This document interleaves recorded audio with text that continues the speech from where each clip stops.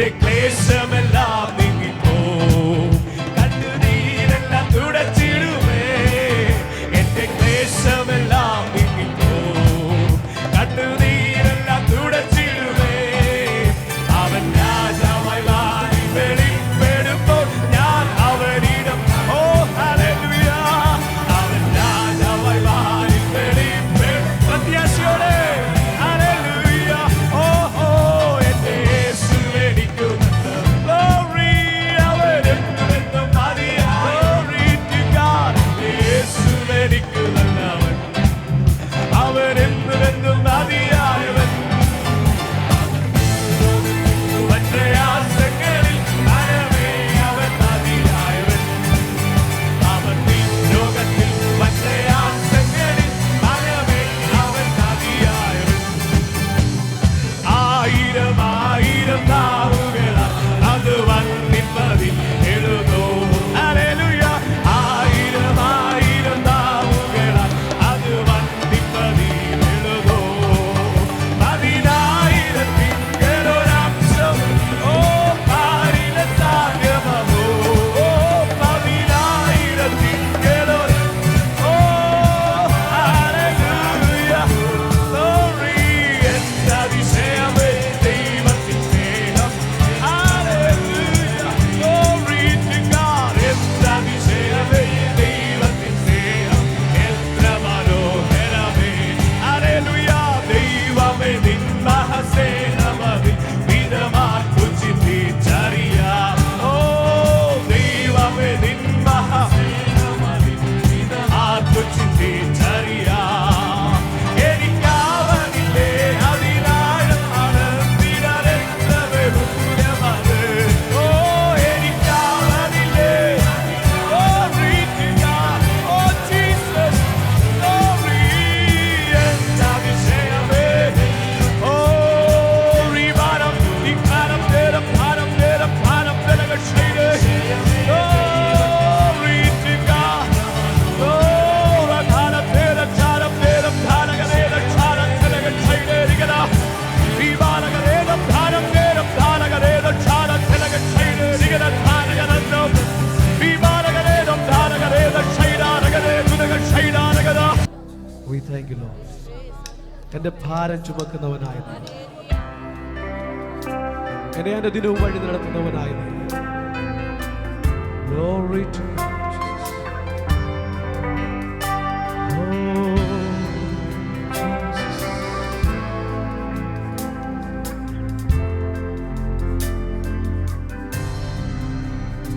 എന്റെ ഭാരം ചുമക്കുന്നവൻ യേശു, എന്നെ നന്നായി അറിയുന്നവൻ യേശു, എന്റെ ഭാരം ചുമക്കുന്നവൻ യേശു, എന്നെ നന്നായി അറിയുന്നവൻ യേശു. സുഖമുള്ള കാലത്തും കണ്ണുനീർ നേരത്തും യേശു മാത്രം മതി. ഓ സുഖമുള്ള കാലത്തും കണ്ണുനീർ നേരത്തും യേശു മാത്രം മതി. യേശു എന്റെ സ്നേഹിതൻ, ഓ യേശു എന്റെ പ്രാണപ്രിയൻ, ഓ യേശു എന്റെ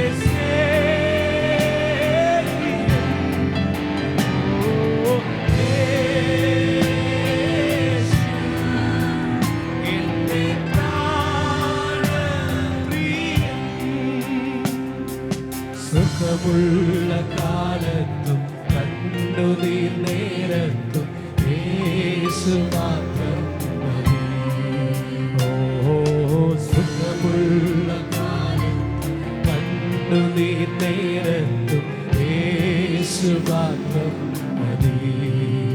കർത്താവായ യേശു ഇങ്ങനെ പറഞ്ഞു, നിങ്ങൾ എൻ്റെ കൽപ്പനകൾ അനുസരിച്ചെങ്കിൽ നിങ്ങൾ എൻ്റെ സ്നേഹിതരായിത്തീരും. ഇന്ന് കർത്താവ് പറയുന്ന വാക്കുകൾ അതുപോലെ അനുസരിക്കുവാൻ തയ്യാറാണെങ്കിൽ കർത്താവിന് പറയുവാനുള്ള നിങ്ങൾ എൻ്റെ സ്നേഹിതരാണ്. ദൈവം പറയുന്ന വാക്കുകൾ ആലോചനയായി, ദൈവം പറയുന്ന വാക്കുകൾ, കർത്താവിൻ്റെ വാക്കുകൾ കൗൺസിൽ ഇല്ലെങ്കിൽ ആലോചനയായി, ഇല്ലെങ്കിൽ സാധ്യതയായി ഒക്കെ എടുക്കുന്നവരുള്ളപ്പോൾ നിസ്സാരമായി കർത്താവിൻ്റെ വാക്കുകൾ പോലും കൽപ്പനയായി ഏറ്റെടുക്കുന്നവരുണ്ടെങ്കിൽ കർത്താവ് പറയുക, ഞാൻ നിങ്ങളുടെ സ്നേഹിതനാകുവാൻ ആഗ്രഹിക്കുകയാണ്. എൻ്റെ ദാസനും എൻ്റെ സ്നേഹിതനുമായ അബ്രഹാമിനെ മറച്ചു ഞാൻ എന്തുവെങ്കിലും ചെയ്യുമോ എന്ന് ചിലർ പറയുമ്പോൾ, കർത്താവെ ഞാൻ അങ്ങയുടെ സ്നേഹിതനാകുവാൻ ആഗ്രഹിക്കുകയാണ്. തോളിന്മേൽ കൈയിട്ട് നടക്കുവാൻ ആഗ്രഹിക്കുന്നവരായിട്ടല്ല, പകരം കൽപ്പന അനുസരിക്കുവാൻ ആഗ്രഹിക്കുന്നവരായി ഇന്ന് ചിലർ പറയുമ്പോൾ, കർത്താവെ എന്നോട് പ്രാർത്ഥനയിൽ, വചനത്തിൽ, ഇന്നത്തെ വചന ശുശ്രൂഷയിൽ എന്ത് സംസാരിച്ചാലും ഞാൻ അങ്ങയുടെ കൽപ്പന കേൾക്കുവാൻ തയ്യാറാണ്. അങ്ങയുടെ വാക്കുകൾ ശ്രവിക്കുവാൻ, കൽപ്പനയായി ശ്രദ്ധിക്കുവാൻ ഞാൻ തയ്യാറാണ്. സുഖമുള്ള കാലത്തും കണ്ണുനീർ നേരത്തും എൻ്റെ യേശു മാത്രം മതി. അങ്ങയുടെ വാക്കുകൾ മാത്രം ഞാൻ ശ്രദ്ധിക്കും. സുഖമുള്ള കാലത്തും കണ്ണുനീർ നേരത്തും കരങ്ങളൊന്ന് ഉയർത്തി. സുഖമുള്ള കാലത്തും കണ്ണുനീർ നേരത്തും യേശു മാത്രം മതി. യേശു എൻ്റെ സ്നേഹിതൻ, ഓ യേശു എൻ്റെ പ്രാണപ്രിയൻ, ഓ യേശു എൻ്റെ സ്നേഹിതൻ, ഓ യേശു എൻ്റെ പ്രാണപ്രിയൻ.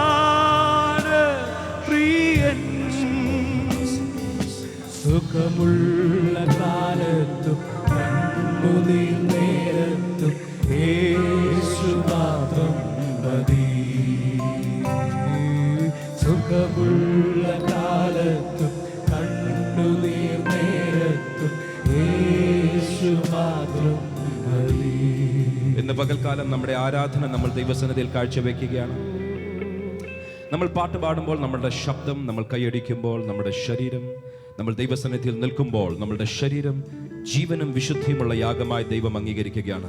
ഈ വിശുദ്ധ പകൽക്കാലം നമ്മൾ കടന്നു വന്നതിൻ്റെ ഏറ്റവും പ്രധാനപ്പെട്ട ഉദ്ദേശം കർത്താവിനെ ആരാധിക്കുക. There is nothing, അത് ബാക്കി സകലതും സെക്കൻഡറിയാണ്.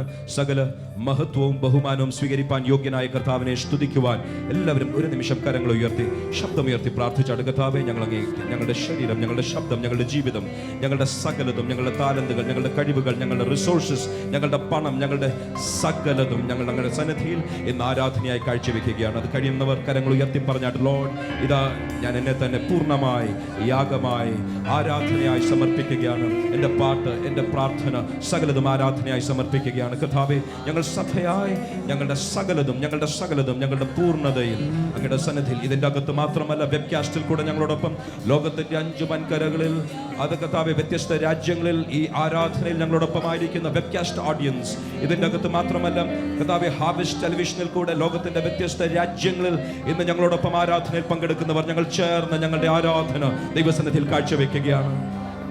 Thank you Lord.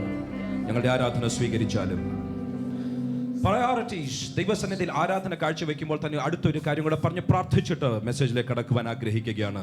നമ്മൾ ദൈവത്തെ ആരാധിക്കുമ്പോൾ മറുവശം മനസ്സിലാക്കണം, ദൈവം ആരാധന ഉയരുമ്പോൾ ദൈവം സകല നല്ല ദാനങ്ങളും നമ്മൾക്ക് അയച്ചു തരുവാനിടയായിത്തീരും. രോഗസൗഖ്യങ്ങൾ അതിൻ്റെ പ്രധാനപ്പെട്ട ഭാഗമാണ്.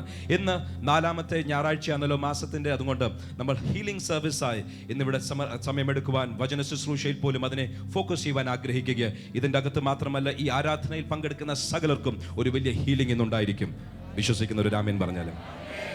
മാത്രമല്ല, ഇന്ന് ഏറ്റവും പ്രധാനമായി നമ്മൾ ചെയ്യുവാൻ പോകുന്ന അടുത്തൊരു കാര്യം, ഇന്ന് ചില പൈശാചിക ശക്തികളെ വചനത്തിൽ കൂടെ ആത്മാവിൻ്റെ ശക്തിയിൽ വെട്ടുവാൻ പോകുകയാണ്. നിസ്സാരമെന്ന് വിചാരിക്കും ഒരു പക്ഷേ പലരും അതിനെ ശ്രദ്ധിക്കത്ത് പോലുമില്ല. let me vocalize it. അതങ്ങ് പറയട്ടെ. ഒരു പക്ഷേ കൈവശമായിരിക്കും, ഒരു പക്ഷേ മന്ത്രവാദമായിരിക്കും, ഒരു പക്ഷേ ആഭിചാരമായിരിക്കും. ഇന്ന് ലോകത്തിലുള്ള സകല ശക്തികളെ വെല്ലുവാൻ ഒറ്റ നാമം മതി. സകല മുഴങ്കാലുകളും മടക്കുന്ന, സകല നാവും കർത്താവ് ഏറ്റു പറയുന്ന യേശുവിന്റെ നാമത്തിന്റെ മുൻപിൽ ഇന്ന് ആഭിചാരത്തിന്റെ ശക്തികൾ അഴിഞ്ഞു മാറും. ഇന്ന് കൈവശത്തിന്റെ ശക്തികൾ അഴിഞ്ഞു മാറും. ഇതിന്റെ അകത്ത് മാത്രമല്ല, ലോകത്തിന്റെ വ്യത്യസ്ത ഭാഗങ്ങളിൽ ഇന്ന് ആരാധനയിൽ പങ്കെടുക്കുന്നവർ ഒരുങ്ങിയിരുന്നു. നിങ്ങളുടെ ഭവനങ്ങളിലേക്ക് ഒരു ദൈവശക്തി ഇന്ന് വ്യാപരിക്കും. വചനത്തിന്റെ ശക്തി, വിശ്വാസത്താൽ, ഇന്ന് ആത്മാവിന്റെ അഭിഷേകത്താൽ. കമോൺ, അടുത്തൊരു നിമിഷം കൂടെ ഇവിടെ ദൈവത്തെ സ്തുതിക്കുമ്പോൾ ഇതിന്റെ അകത്ത് മാത്രമല്ല, ഈ ശബ്ദം ചെല്ലുന്ന ഓരോ സ്ഥലങ്ങളിൽ, ഇന്ന് വചനം ചെല്ലുന്ന ഓരോ സ്ഥലങ്ങളിൽ, അത് ഉദരങ്ങളിൽ, അത് ശരീരഭാഗങ്ങളിൽ, അത് രോഗമുള്ള സ്ഥലങ്ങളിൽ, അതിന്റെ അടിസ്ഥാനങ്ങൾ ഇട്ടിരിക്കുന്ന ചില സ്ഥലങ്ങളിൽ ഇന്ന് പകൽക്കാലം ചില തകർച്ചകൾ ഉണ്ടാകുവാൻ, ചില ആഭിചാരത്തിന്റെയും മന്ത്രവാദത്തിന്റെയും കൈവശത്തിന്റെയും ശക്തികൾ തെറിച്ചു മാറുവാൻ, പൊട്ടിമാറുവാൻ. കരങ്ങളെ ശക്തിയോടെ അടിച്ച് ഓ റബസ്മിഹാൽദറസ്യ, രോഗശക്തികൾ വിട്ടുമാറട്ടെ. ആഭിചാരത്തിന്റെയും മന്ത്രവാദത്തിന്റെയും ശക്തികൾ ഈ നിമിഷം മുതൽ വചനധ്യാനത്തിന്റെ മുൻപിൽ, വചന ശുശ്രൂഷയുടെ മുൻപിൽ, വചനത്തിന് മുൻപിൽ, യേശുവിന്റെ നാമത്തിന് മുൻപിൽ കീഴടങ്ങട്ടെ. Yes yes yes. അന്യഭാഷകളിൽ ചില നിമിഷങ്ങൾ കൂടെ. Thank you Lord, thank you Lord, thank you Lord. അഭിഷേകം വ്യാപരിച്ച് ആരംഭിച്ചിരിക്കുകയാണ്. ഞങ്ങളുടെ കർത്താവേ, ഞങ്ങളുടെ ദൈവമേ, ശുദ്ധീകരിക്കപ്പെട്ട അന്തരീക്ഷത്തെ, ശുദ്ധീകരിക്കപ്പെട്ട ദൈവസഭ ദൈവിക അധികാരം കൈമാറേണ്ടതിന് സ്വർഗത്തിലെ ദൈവം തിരഞ്ഞെടുത്ത് ഞങ്ങളുടെ ദാസിമാരായ ഞങ്ങൾ ഒരുമിച്ച് പിതാവിന്റെയും പുത്രന്റെയും പരിശുദ്ധാത്മാവിന്റെയും അധികാരത്തിൽ ഞങ്ങൾക്ക് വേണ്ടി ദൈവം ഏൽപ്പിച്ചു തന്ന അധികാരത്തിൽ നിന്നുകൊണ്ട് അന്ധകാര ശക്തികളെ ദൈവജനത്തിന്റെ ഇടയിൽ നിന്ന് ക്ലീൻ ചെയ്ത് മാറ്റുവാൻ ഇന്ന് ദൈവിക സ്വാതന്ത്ര്യം ഇവിടെ പ്രഖ്യാപിക്കുകയാണ്. അത് ഞങ്ങളുടെ ഹൃദയത്തിന്റെ അന്തരംഗങ്ങളിൽ നിന്ന്, ഞങ്ങളുടെ അധരങ്ങളിലൂടെ ആത്മാവിന്റെ ശക്തിയോടെ അതിന്റെ കൽപ്പനാ പദങ്ങൾ വെളിയിൽ വരുവാൻ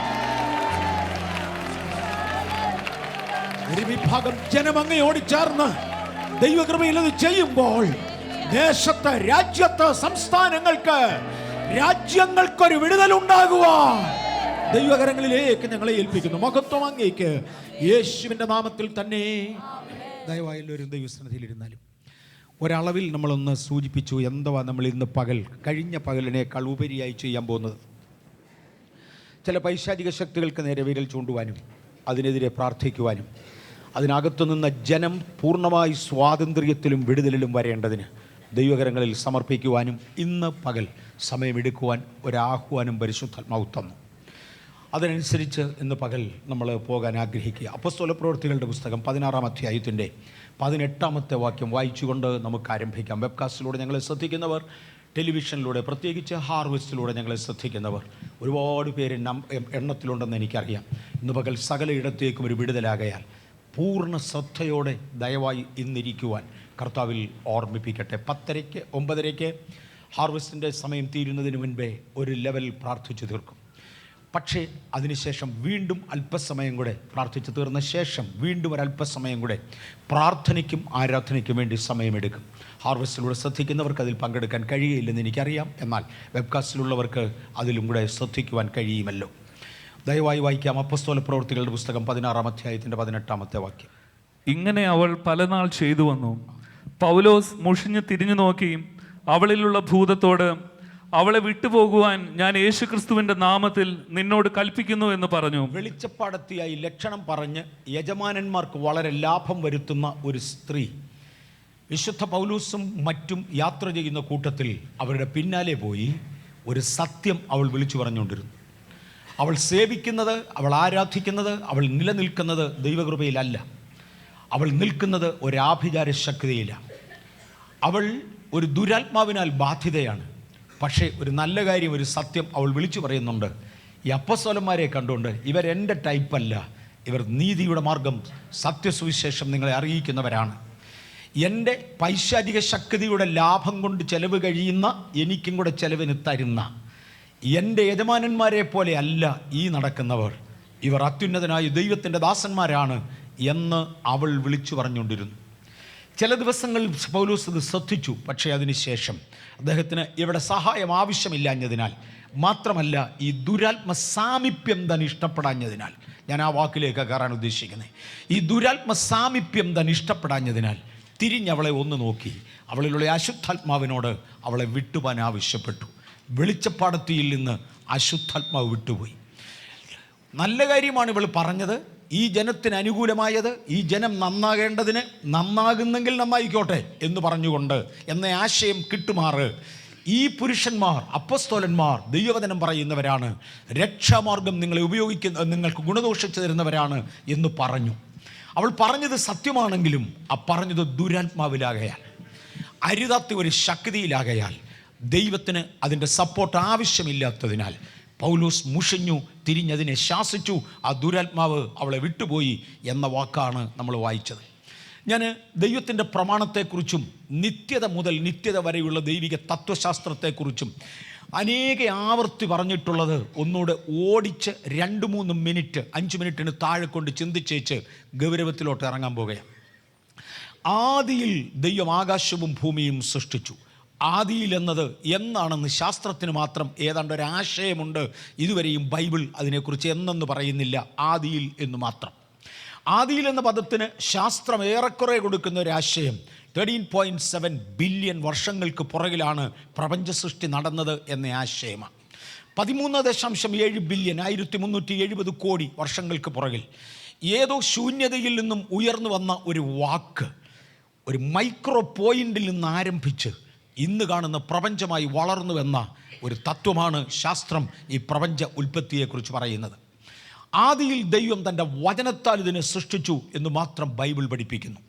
ആ വചനത്തെ തന്നെയാണ് ബിഗ് ബാങ് എന്ന ആശയം കൊണ്ട് ശാസ്ത്രം അർത്ഥമാക്കുന്നതെന്ന് രണ്ടും താരതമ്യം ചെയ്താൽ നമുക്ക് സ്ഥാപിക്കുവാൻ കഴിയും. കഴിഞ്ഞ നാളുകളിൽ നമ്മളത് ചിന്തിച്ചു. അങ്ങനെ സൃഷ്ടിക്കപ്പെട്ട കോടാനു കോടി നക്ഷത്രമണ്ഡലങ്ങൾ നിരന്നു നിൽക്കുമ്പോൾ ഞാനും നിങ്ങളും ഉൾപ്പെടുന്ന നമ്മുടെ കൊച്ചു നക്ഷത്രമണ്ഡലത്തെ മിൽക്കി വേയിൽ 30,000 കോടിക്കും 40,000 കോടിക്കും ഇടയിൽ നക്ഷത്രങ്ങളുണ്ട് എന്ന് വിശ്വസിക്കപ്പെടുന്നു. ഇതുപോലുള്ള എണ്ണമറ്റ നക്ഷത്രമണ്ഡലങ്ങൾ മുഴുവനും ദൈവത്തിൻ്റെ വാക്കിനാൽ സൃഷ്ടിക്കപ്പെട്ടു. എന്തിനു വേണ്ടി അവ സൃഷ്ടിക്കപ്പെട്ടു? ദൂതന്മാരെ പാർപ്പിക്കേണ്ടതിന് അവ സൃഷ്ടിക്കപ്പെട്ടു. ദൈവത്തിൻ്റെ വിശുദ്ധ ദൂതന്മാരെ ദൈവം ഈ നക്ഷത്രമണ്ഡലങ്ങളിൽ മുഴുവനും പാർപ്പിച്ചു. ഞാനും നിങ്ങളും സേവിക്കുന്ന ദൈവം ചെറിയവനല്ല, നിസ്സാരനല്ല. തൻ്റെ സൃഷ്ടിയിൽ വളരെ മഹത്വമേറിയ കാര്യങ്ങളുണ്ട്. ഇവിടെ മുഴുവനും ദൈവം തൻ്റെ ദൂതന്മാരെ പാർപ്പിച്ചു. വലിപ്പ ചെറുപ്പമുള്ള ദൂതന്മാർ, വാഴ്ചകൾ, അധികാരങ്ങൾ, കർത്തൃത്വങ്ങൾ, സിംഹാസനങ്ങൾ എന്നിങ്ങനെ അവയെ വേർതിരിച്ചുകൊണ്ട് കൊലോസ്യ ലേഖനം എടുത്തു പഠിപ്പിക്കുന്നു. വലിയ നക്ഷത്രങ്ങളിൽ അധികാരമുള്ള വലിയ ദൂതന്മാരെയും ചെറിയ നക്ഷത്രങ്ങളിൽ ഒരു പക്ഷേ അധികാരം കുറഞ്ഞ ചെറിയ ദൂതന്മാരെയും ദൈവം പാർപ്പിച്ചു. ഇവയ്ക്കൊക്കെയും മീതെ തലയായി സകലത്തിനും ലാക്കും കാരണഭൂതനുമായവൻ, നിത്യനായ ദൈവം, ദൈവാധിദൈവവും കർത്താധികർത്താവും രാജാക്കന്മാരുടെ രാജാവും എന്ന് നാം വിളിക്കുന്ന നമ്മുടെ പിതാവും സൃഷ്ടാവുമായ ഏക സത്യദൈവം സകല പ്രപഞ്ചത്തെയും തൻ്റെ ശക്തിയുള്ള വചനത്താൽ സൃഷ്ടിക്കുകയും അതുപോലെ തന്നെ സകലത്തെയും തൻ്റെ ശക്തിയുള്ള വചനത്താൽ ശക്തിയുള്ള വചനത്താൽ വഹിക്കുകയും സസ്റ്റെയിൻ ചെയ്യുകയും ചെയ്യുന്നവനായ ആ ദൈവം മാത്രം ഏകാധിപതിയായിരിക്കെ തൻ്റെ സൃഷ്ടിയായ സകലത്തെയും താൻ വാണുവന്ന ഒരു കാലമുണ്ട്. കാലത്തിൻ്റെ പോക്കിൽ ഒരു കൂട്ടം ദൂതന്മാർ ദൈവത്തോട് മറുതലിച്ചു. നിസ്സാര വർഷങ്ങളല്ല, മറക്കരുത്. 13.7 ബില്യൺ വർഷത്തിൻ്റെ നീണ്ട കണക്കാണ് നമ്മളിവിടെ എടുക്കുന്നത് നാസയുടെ ചിത്രീകരണത്തിൽ നിന്ന്. ചില ദൂതന്മാർ ദൈവത്തോട് വിഘടിച്ച ദൂതന്മാരെ മാറ്റിയ ശേഷം ദൈവം ഭൂമിയെ തൻ്റെ സാദൃശ്യത്തിലും സ്വരൂപത്തിലുമുള്ള മനുഷ്യൻ്റെ കയ്യിലേക്ക് ഏൽപ്പിച്ചു. ആദിമലോകത്തെ ദൈവം ഏൽപ്പിച്ചത് ദൂതന്മാരുടെ അധീനതയിലായിരുന്നു. ഇന്നും അവ ദൂതന്മാരുടെ അധീനതയിൽ ഇരിക്കുന്നു. അതിനെ തുടർന്ന് ദൈവം ഈ ഭൂമിയെ സൃഷ്ടിക്കുകയും നാസയുടെ കണക്കനുസരിച്ച് ആകാശത്തിൻ്റെ സൃഷ്ടിയും ഭൂമിയുടെ സൃഷ്ടിയും തമ്മിൽ 9.2 ബില്യൺ വർഷത്തിൻ്റെ പഴക്കമുണ്ട്, വ്യത്യാസമുണ്ട്. ആകാശത്തിൻ്റെ സൃഷ്ടി കഴിഞ്ഞ് 9.2 ബില്യൺ വർഷങ്ങൾ കഴിഞ്ഞ ശേഷം ദൈവം ഭൂമിയെ സൃഷ്ടിക്കുകയും ആ ഭൂമിയിൽ തൻ്റെ സാദൃശ്യത്തിലും തൻ്റെ സ്വരൂപത്തിലും ഞാൻ ഒരുപാട് വിശദീകരിച്ചിട്ടുണ്ട്. ദൈവത്തിൻ്റെ അംബാസഡേഴ്സ് എന്ന ഒരു ഭാഗത്ത്, വേറൊരു ഭാഗത്ത് ദൈവത്തിൻ്റെ വൈസ്രോയികളായി ദൈവ സാദൃശ്യത്തിലും ദൈവസ്വരൂപത്തിലും മനുഷ്യനെ സൃഷ്ടിച്ചു. ദൈവം അണിഞ്ഞിരുന്ന വസ്ത്രത്തിനൊത്തവണ്ണം തേജസ് കൊണ്ട് ദൈവം മനുഷ്യനെയും മൂടി. 8-ാമത്തെ സങ്കീർത്തനം ഇത് വിളിച്ചു പറഞ്ഞു, നീ മനുഷ്യനെ ഓർക്കേണ്ടതിനവൻ എന്ത്, മനുഷ്യപുത്രനെ ശ്രദ്ധിക്കേണ്ടതിനവൻ എന്തുമാത്രം. ദൈവമേ, അങ്ങ് അവരെ ദൈവത്തെക്കാൾ ദൂതന്മാരെക്കാൾ അല്പം മാത്രം താഴ്ത്തി. പക്ഷെ ദൈവം ധരിച്ചിരുന്ന അതേ വസ്ത്രം, തേജസ്സും ബഹുമാനവും അവനെ അണിയിച്ചു. അങ്ങയുടെ കൈകളുടെ പ്രവൃത്തികൾക്ക് അവനെ അധിപതിയാക്കി വെച്ചു. ആദമും ഹൗവയും ഏദൻ തോട്ടത്തിലായിരുന്ന ചില്ലറ നാളുകൾ, അവയുടെ ഇടയിൽ തിരിച്ച് മണ്ണിലേക്കും പ്രവേശിക്കുവാൻ സാത്താൻ തീരുമാനിക്കുകയും, സാത്താൻ എന്ന് ഞാനിവിടെ ഉദ്ദേശിക്കുന്നത് ഒരു വലിയ വിഭാഗം ദൂതന്മാരെ ഒരുമിച്ച് ചേർന്നാണ്, ഒരു പൈശാചിക ആശയത്തിൽ എത്തിച്ചേർന്ന എല്ലാ ദൂതന്മാരെയും ചേർത്തുകൊണ്ടാണ് ആ പദം ഞാൻ ഉപയോഗിക്കുന്നത്. സാത്താൻ ആഗ്രഹിച്ചു. അങ്ങനെ ഭൂമിയിലുള്ള ജീവികളിൽ വെച്ച് ഏറ്റവും ക്ലവറായ, കണ്ണിങ്ങായ പാമ്പുമായി സാത്താൻ ഒരു ബന്ധത്തിലായി. പാമ്പിൻ്റെ ശരീരത്തിലൂടെ കയറി ഈ മണ്ണിനെ സ്വാധീനിക്കേണ്ടതിന് വേണ്ടി ആദം ഹൗവമാരുടെ കാവൽ കടന്ന് അത് തോട്ടത്തിൻ്റെ ഉള്ളിൽ പ്രവേശിച്ചു. ആദമിനും ഹൗവയ്ക്കും പറ്റിപ്പോയ ഒന്നാമത്തെ പരാജയം, തോട്ടം കാക്കുവാൻ ദൈവം ഏൽപ്പിച്ച സ്ഥാനത്ത് നിന്നില്ല. അങ്ങനെ അകത്ത് കയറിയ പാമ്പ് ആദമിനെയും ഹൗവയെയും പാപത്തിലകപ്പെടുത്തുകയും അവർ വഞ്ചിക്കപ്പെടുകയും ചെയ്തു. ആദമിനെയും ഹൗവയെയും തോട്ടത്തിൻ്റെ വെളിയിലേക്കാക്കിയ ശേഷം തിരിയുന്ന വാളിൻ്റെ ജ്വാലയുമായി കെരൂബുകളെ ഏദൻ തോട്ടത്തിന് ദൈവം കാവൽ നിർത്തുകയും അതിനകത്തേക്ക് ആരും കയറാതിരിക്കുവാൻ ഒരു കൽപ്പന ഈ കെരൂബുകൾക്ക് കൊടുക്കുകയും ചെയ്തു. തിരിയുന്ന വാളിൻ്റെ ജ്വാലയുമായി കെരൂബുകൾ ഏദന് കാവൽ നിൽക്കുമ്പോൾ ആരെങ്കിലും ഒരുവൻ ഏദനിലേക്ക് തിരികെ കയറുവാൻ ദൈവം തള്ളിക്കളഞ്ഞ ഇടത്തേക്ക് തിരികെ വന്നതിനെ കരസ്ഥമാക്കുവാൻ, പിടിച്ചെടുക്കുവാൻ ശ്രമിച്ചാൽ അവൻ്റെ മേൽ ഈ ഖഡ്ഗം വീണിരിക്കണം. ഇത് ദൈവത്തിൻ്റെ നിയമമായിരുന്നു. അതിനുശേഷം ദൈവം മനുഷ്യൻ്റെ വീണ്ടെടുപ്പിന് വേണ്ടി പലതും ചെയ്തു. ഓരോന്നും തൽക്കാലത്തേക്ക് പരാജയപ്പെടുത്തിക്കൊണ്ട് പൈശാചിക ശക്തികൾ പിൻഗമിച്ചു. ദൈവം ദൈവിക പ്രതിനിധിയായി തൻ്റെ സാദൃശ്യത്തിലും സ്വരൂപത്തിലും ആരംഭത്തിങ്കൽ ആദമിനെ സൃഷ്ടിച്ചു. ആദമിൻ്റെ അനന്തര തലമുറകളെ പിശാച് വല്ലാതെ ബാധിച്ചു. അസായേലെന്നോ അസസേലെന്നോ വിളിക്കാവുന്ന ഒരു ദൂതൻ്റെ നേതൃത്വത്തിൽ അനേക സംഭവങ്ങളുണ്ട് ചരിത്രം എടുത്തു പറയുന്നത്. ചാവുകടൽ ലിഖിതങ്ങൾ ചേർത്താൽ ചരിത്രം എടുത്തു പറയുന്നത് അസസേലെന്നോ അസായേലെന്നോ വിളിക്കാവുന്ന ഒരു ദൂതൻ്റെ നേതൃത്വത്തിൽ പൈശാചിക വ്യാപാരങ്ങൾ മനുഷ്യനെ പൂർണ്ണമായി സ്വാധീനിച്ചു. ദൈവം സൃഷ്ടിച്ച ദൈവിക സാദൃശ്യത്തിൽ നിന്നും ദൈവിക സ്വരൂപത്തിൽ നിന്നും അത് മനുഷ്യനെ വല്ലാതെയാക്കി.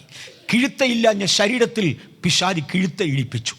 വരയില്ലാത്ത ശരീരത്തിൽ സാത്താൻ വരയിടിപ്പിച്ചു. ദൈവത്തിൻ്റെ സാദൃശ്യത്തിൽ നിന്നും ദൈവത്തിൻ്റെ സ്വരൂപത്തിൽ നിന്നും ഇവനെ പറിച്ചു മാറ്റി വികൃതവേഷങ്ങൾ ധരിപ്പിച്ചു. പൈശാചിക മാതൃകയിലേക്ക് ഇവനെ കൊണ്ടുപോയി. ഒടുവിൽ ദൈവം ഇറങ്ങി വരികയും മനുഷ്യനെ സൃഷ്ടിച്ചതിനാലും മൃഗങ്ങളെ സൃഷ്ടിച്ചതിനാലും യഹോവ അനുതപിക്കുകയും ചെയ്ത ചരിത്രം നോഹയുടെ കാലത്ത് കാണാം. ദൈവത്തിൻ്റെ പ്രതിനിധിയായി വീണ്ടും തിരഞ്ഞെടുത്ത നോഹയെ സാത്താൻ പരാജയപ്പെടുത്തി. അതിനും കാലങ്ങൾ കഴിഞ്ഞ് ദൈവം അബ്രഹാമിനെ തൻ്റെ പ്രതിനിധിയായി എടുത്തു. അബ്രഹാമിനോട് പറഞ്ഞു, നിന്നെ ഞാനൊന്ന് വളർത്താൻ പോകുകയാ, നിന്നെ ഞാനൊരു ജാതിയാക്കാൻ പോകുകയാ. ഈ അന്യജാതികൾ കൊണ്ടുപോയ, ഈ പൈശാചിക ശക്തികൾ കൊണ്ടുപോയ, ഈ ദുർമാർഗികൾ കൊണ്ടുപോയ സ്ഥലത്തേക്ക് ഞാൻ നിന്റെ സന്തതിയെ അയക്കാൻ പോകുകയാണ്. ആവർത്തനം 18 വരുമ്പോഴത്തേക്ക് നീ അവരുടെ ഇടയിൽ ചെന്നാൽ, അവരുടെ ജനത്തിൻ്റെ ഇടയിൽ നിന്റെ മക്കൾ കയറി പാർത്താൽ, നീ അവരുടെ മ്ലേച്ഛമായ സമ്പ്രദായങ്ങളിലേക്ക് തിരിയരുത്. ഗൗരവമുള്ള ചില വാർണിങ്ങുകളാണ്. നമ്മൾ ഒരു പ്രാവശ്യം കൂടി ഇതുവഴി വരും. നീ അവരുടെ സമ്പ്രദായങ്ങളിലേക്ക് തിരിയരുത്. അവർ കാണിച്ചതൊന്നും നീ കാണിക്കരുത്. നീ അവയെ ദേശത്ത് നിന്ന് ഉച്ചാടനം ചെയ്യണം. നിന്റെ ദൈവമായ യഹോവ എന്ന ഞാൻ നിന്റെ കൂടെ ഇരിക്കും. ഞാൻ ദഹിപ്പിക്കുന്ന അഗ്നിയാണ്, ഞാൻ തീഷ്ണതയുള്ള ദൈവമാണ്. നീ ജാതികൾക്കുള്ള സകലതും തുടച്ചു മാറ്റി എൻ്റെ നാമത്തെ ഉയർത്തുവാൻ ഞാൻ നിന്നെ അയക്കുകയാണ്. അബ്രഹാമിൻ്റെ സന്തതി ഒരളവിൽ വിജയിച്ചെങ്കിലും പലയിടത്തും അബ്രഹാമിൻ്റെ സന്തതിയായ ഇസ്രയേലിനെയും വഷളാക്കുവാൻ സാത്താൻ ശ്രമിച്ചുകൊണ്ടിരുന്നു. ഒരു വലിയ അളവ് അവർ വഷളാക്കപ്പെടുകയും അശുദ്ധനും വിശുദ്ധനും ഒരുമിച്ച് ഇസ്രയേലിൽ പാർത്തുവരികയും ചെയ്തു. അതിൻ്റെ ഇടയിൽ അവരെ നശിപ്പിക്കേണ്ടതിന് വേണ്ടി രാജ്ഞിവേഷം കെട്ടിയ ഈസബേലും രാജവേഷം കെട്ടിയ മറ്റു പലരും രംഗപ്രവേശനം ചെയ്തു. ജനം നിയമത്തിൻ്റെ പുറമ്പിൽ ജാതികളെപ്പോലെ വഷളായി. ജനം കസ്റ്റംസ് ഫോളോ ചെയ്തു, ജാതികളെപ്പോലെ വഷളായി. ഇങ്ങനെ ആകപ്പാടെ വഷളായ ജനത്തെ അവരുടെ നടുവിൽ നിന്നും ഛേദിച്ചു കളഞ്ഞ ശേഷം ദൈവപ്രമാണം നിലനിർത്തുന്നവനെ മാത്രം ഇസ്രയേലിൽ സൂക്ഷിക്കുക എന്നും അല്ലാത്തതിനെ ഒക്കെയും ഇതിൻ്റെ നടുവിൽ നിന്ന് തുടച്ചു മാറ്റുക എന്നും ദൈവം കൂടെ കൂടെ കൽപ്പിക്കുന്നതായി കാണാം. പുതിയ നിയമത്തിൽ കാണുന്നത് പോലെ ലഘുവല്ലായിരുന്നു പഴയ നിയമത്തിൻ്റെ ശിക്ഷാകർമ്മങ്ങൾ. ആരെങ്കിലും ഒരുവൻ ജാതികീയ സമ്പ്രദായത്തിലേക്ക് തിരിഞ്ഞാൽ, ആരെങ്കിലും ഒരുവനിൽ അരുതാത്തത് കണ്ടാൽ അവനെ തൻ്റെ ജനത്തിൻ്റെ നടുവിൽ നിന്ന് ഛേദിച്ചു കളയണം. എങ്ങനെ? കൈ തൊടാതെ, കല്ലെറിഞ്ഞോ അമ്പെയ്തോ അവനെ അവനെ കൊന്നുകളയണം, അവൻ്റെ മുകളിൽ കൽക്കൂമ്പാരങ്ങൾ എറിഞ്ഞു കൂട്ടണം എന്നിത്യാദി കഠിന കഠിന കഠിന ശിക്ഷ ജനത്തിൻ്റെ ഇടയിൽ കൊടുത്തുകൊണ്ട് ദൈവം തീഷ്ണതയുള്ളവനാകയാൽ തനിക്ക് വേണ്ടി ഒരു വിശുദ്ധ സന്തതിയെ വേർതിരിക്കുവാൻ ദൈവം തീരുമാനിച്ചു. ഒരളവിൽ സാധിച്ചു, പൂർണ്ണതയിൽ എത്തിയില്ല. ഒടുവിൽ ദൈവം തിരഞ്ഞെടുത്ത ഒരു വിശുദ്ധ കന്യകയിലൂടെ, അല്ലെങ്കിൽ കൃപ ലഭിച്ച മറിയയിലൂടെ ദൈവപുത്രനാകുന്ന യേശു ഒടുക്കത്തെ ആദാം എന്ന പേരിൽ ഈ മണ്ണിൽ ജനിച്ചു. സാത്താൻ്റെ പ്രവർത്തികളെ അഴിക്കേണ്ടതിന് തൻ്റെ വ്യക്തിജീവിതത്തിൽ വിശുദ്ധി യേശു പാലിച്ചു. നിങ്ങളിൽ ആർ എനിക്ക് പാപത്തെക്കുറിച്ച് ബോധം വരുത്തുമെന്ന് തൻ്റെ സ്വന്തം തലമുറയുടെ മുമ്പിൽ, തൻ്റെ ശത്രുക്കളുടെ മുമ്പിൽ നിന്ന് യേശു വിളിച്ചു ചോദിച്ചു. അങ്ങനെ വിളിച്ചു ചോദിച്ചവനായി യേശു പാപത്തിൻ്റെ പരിഹാരമായി തൻ്റെ പാപമില്ലാത്ത രക്തം കാൽവറിയിൽ ചിന്തി. ഇതോടുകൂടെ പിശാചിൻ്റെ കയ്യിലുണ്ടായിരുന്ന ആയുധങ്ങൾ തറപറ്റി. അവൻ്റെ കയ്യിൽ നിന്ന് ആയുധങ്ങൾ പിടിച്ചു പറിച്ചു. അവൻ്റെ തലയേശു കാൽവറിയിൽ തകർത്തു. എന്നെയും ദൈവത്തെയും കൂടെ തിരികെ അടുപ്പിക്കേണ്ടതിന് വേണ്ടി, എനിക്കും നിങ്ങൾക്കും വേണ്ടി കാൽവറിയിൽ തൻ്റെ രക്തം ഊറ്റി. പാപത്തിൻ്റെ ക്ഷമയും വിമോചനവും വരുത്തിയ ശേഷം തൻ്റെ ആത്മാവിനെ ദൈവത്തിങ്കിൽ നിന്നും ദൈവം തനിക്ക് കൊടുത്തിരുന്ന തൻ്റെ ആത്മാവിനെ പിതാവിൻ്റെ കയ്യിലേക്ക് ട്രാൻസ്മിറ്റ് ചെയ്ത ശേഷം, ഞാൻ വാചകങ്ങൾ ചുരുക്കുകയാണ്, ട്രാൻസ്മിറ്റ് ചെയ്ത ശേഷം പാതാള ലോകത്തിലേക്ക് ഇറങ്ങിച്ചെല്ലുകയും അവിടെ പിശാചിൻ്റെ പിടിയിൽ കിടന്ന പഴയ നിയമ വിശുദ്ധന്മാരെ വിടുവിച്ചുകൊണ്ട് എഴുന്നേൽക്കുകയും ആ പഴയ നിയമ വിശുദ്ധന്മാരുമായി കല്ലറയ്ക്കൽ മടങ്ങി വന്ന് മൂന്നാം നാൾ ഉയർത്തെഴുന്നേറ്റ് പിതാവിൻ്റെ സന്നിധിയിലേക്ക് ആരോഹണം ചെയ്തിരിക്കുകയും ചെയ്തു. തൻ പിതാവിൻ്റെ സന്നിധിയിലേക്ക് ആരോഹണം ചെയ്തിരുന്ന് വാഗ്ദത്തത്തിൻ്റെ പരിശുദ്ധാത്മാവിനെ പിതാവിനോട് ചോദിച്ചു, പിതാവേ, ഇതാ ഞാനും അങ്ങനെക്ക് തന്ന മക്കളും ഈ പഴയ നിയമ വിശുദ്ധന്മാരെ ഞാൻ വീണ്ടെടുത്തു. അതെ, ചെയ്യാവുന്ന സകല പ്രയത്നവും ഭൂമിയിൽ കഴിച്ച് എത്രയെത്രയോ പ്രവാചകന്മാരെ അയച്ച് വീണുപോകുന്ന ജനതയുടെ നടുവിൽ നിന്ന് ഒരു വിഭാഗത്തെ നേടിയെടുത്തതല്ലേ ഈ കാണുന്നത്. എൻ്റെ രക്തവും ഞാൻ ഇവർക്ക് വേണ്ടി ഊറ്റി കാൽവറിയിൽ തികക്കേണ്ട സകലതും തികച്ചു. പക്ഷേ ഈ ഭൂമിയെ ഒന്ന് ക്ലീൻ ചെയ്ത് ഒന്നുകൂടെ തിരികെ പിടിക്കേണ്ടതിന് ഒരു കൂട്ടം ഭക്തന്മാരെ നിയമിച്ചേ മതിയാകൂ. ആ ഭക്തന്മാർ പോകുമ്പോൾ അവരുടെ സ്വന്തം ശക്തിയിൽ അവർക്ക് കഴിയുകയില്ല. ആകയാൽ അങ്ങയുടെ ആത്മാവിനെ അവർക്ക് വേണ്ടി അയച്ചു കൊടുക്കണമേ. പിതാവ് പുത്രനോട് വാക്ക് പറഞ്ഞു, ഞാൻ അയച്ചു തരാം, എൻ്റെ ആത്മാവിനെ ഞാൻ ആ ജനത്തിന് വേണ്ടി അയച്ചു തരാം. യേശു ഉയർത്തെഴുന്നേറ്റ അന്ന് തന്നെ വീണ്ടും ഭൂമിയിലേക്ക് തിരികെ വന്നു. തൻ്റെ പിതാവിൻ്റെ സന്നിധിയിൽ തൻ്റെ രക്തം കാഴ്ചവെച്ച ശേഷം, പഴയ നിയമഭക്തന്മാരെ പിതാവിൻ്റെ സന്നിധിയിൽ കാഴ്ചവെച്ച ശേഷം യേശു അന്ന് തന്നെ പിന്നെയും കല്ലറയ്ക്കിലേക്ക് ഇറങ്ങി വരികയും, യെരുശലേമിലേക്ക് ഇറങ്ങി വരികയും അന്ന് ഒളിച്ചു പാർത്തിരുന്നതായ, യഹൂദന്മാരെ ഭയപ്പെട്ടിരുന്നതായ ഒരു 10 ശിഷ്യന്മാരുടെ അടുക്കൽ യേശു പ്രത്യക്ഷനായി അവരോട് പറഞ്ഞു, നിങ്ങൾ എൻ്റെ ആത്മാവിനെ പ്രാപിക്കണം, ഞാൻ നിങ്ങളുടെ മേൽ ഒന്ന് ഊതാൻ പോകുകയാണ്. ഒന്നാമത്തെ ആദാമിൻ്റെ മേൽ പിതാവായ ദൈവം പണ്ട് ആത്മാവിനെ ഊതിയതുപോലെ ശുദ്ധീകരിക്കപ്പെട്ട നിങ്ങളുടെ മേൽ എൻ്റെ പിതാവിൻ്റെ വാഗ്ദത്തം വരുമെന്ന് കാണിക്കേണ്ടതിന് ഞാൻ നിങ്ങളുടെ മേൽ ഒന്ന് ഊതാൻ പോകുകയാണ്. അങ്ങനെ യോഹന്നാന്റെ സുവിശേഷം 20:22 യേശു തൻ്റെ ശിഷ്യന്മാരുടെ മേൽ ഊതിയേച്ചു പറഞ്ഞു, എൻ്റെ ആത്മാവിനെ നിങ്ങൾ പ്രാപിക്കണം, നിങ്ങൾ ലോകത്തിൻ്റെ അറ്റത്തോളം പോകണം, എൻ്റെ നാമത്തിൽ ഭൂതശക്തികൾ കീഴടങ്ങും, എൻ്റെ നാമത്തിൽ ആഭിചാരങ്ങൾ കെട്ടടങ്ങും, എൻ്റെ നാമത്തിൽ നിങ്ങൾ അധികാരം നടത്തും. കാര്യം പോകുക, നിങ്ങൾ എൻ്റെ നാമം ഉപയോഗിക്കുക, നിങ്ങൾ എൻ്റെ നാമം ഉപയോഗിക്കുക. ആ നാമത്തിങ്കൽ അതിൻ്റെ അധികാരത്തിൽ ദൈവപ്രവർത്തികൾ നടന്നിരിക്കും. ഇങ്ങനെ അയക്കപ്പെട്ടവരാണ് ഞാനും നിങ്ങളും. നമ്മെയും പിടിക്കുവാൻ പിശാച് ശ്രമിക്കുന്നുണ്ട്. പക്ഷേ അവന് പിടികൊടുക്കാതെ വണ്ണം രക്ഷപ്പെടുന്നവർക്കായി എൻ്റെ കർത്താവിനെ വാഴ്ത്തുന്നു.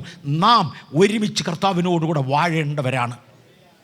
ഈ ദിവസങ്ങളിൽ നമ്മെ ഈ മണ്ണിൽ ഭരിച്ചു നടത്തേണ്ടതിന് പരിശുദ്ധാത്മാവെന്ന കാര്യസ്ഥനെ കർത്താവ് നമുക്ക് വേണ്ടി അയച്ചു തന്നു.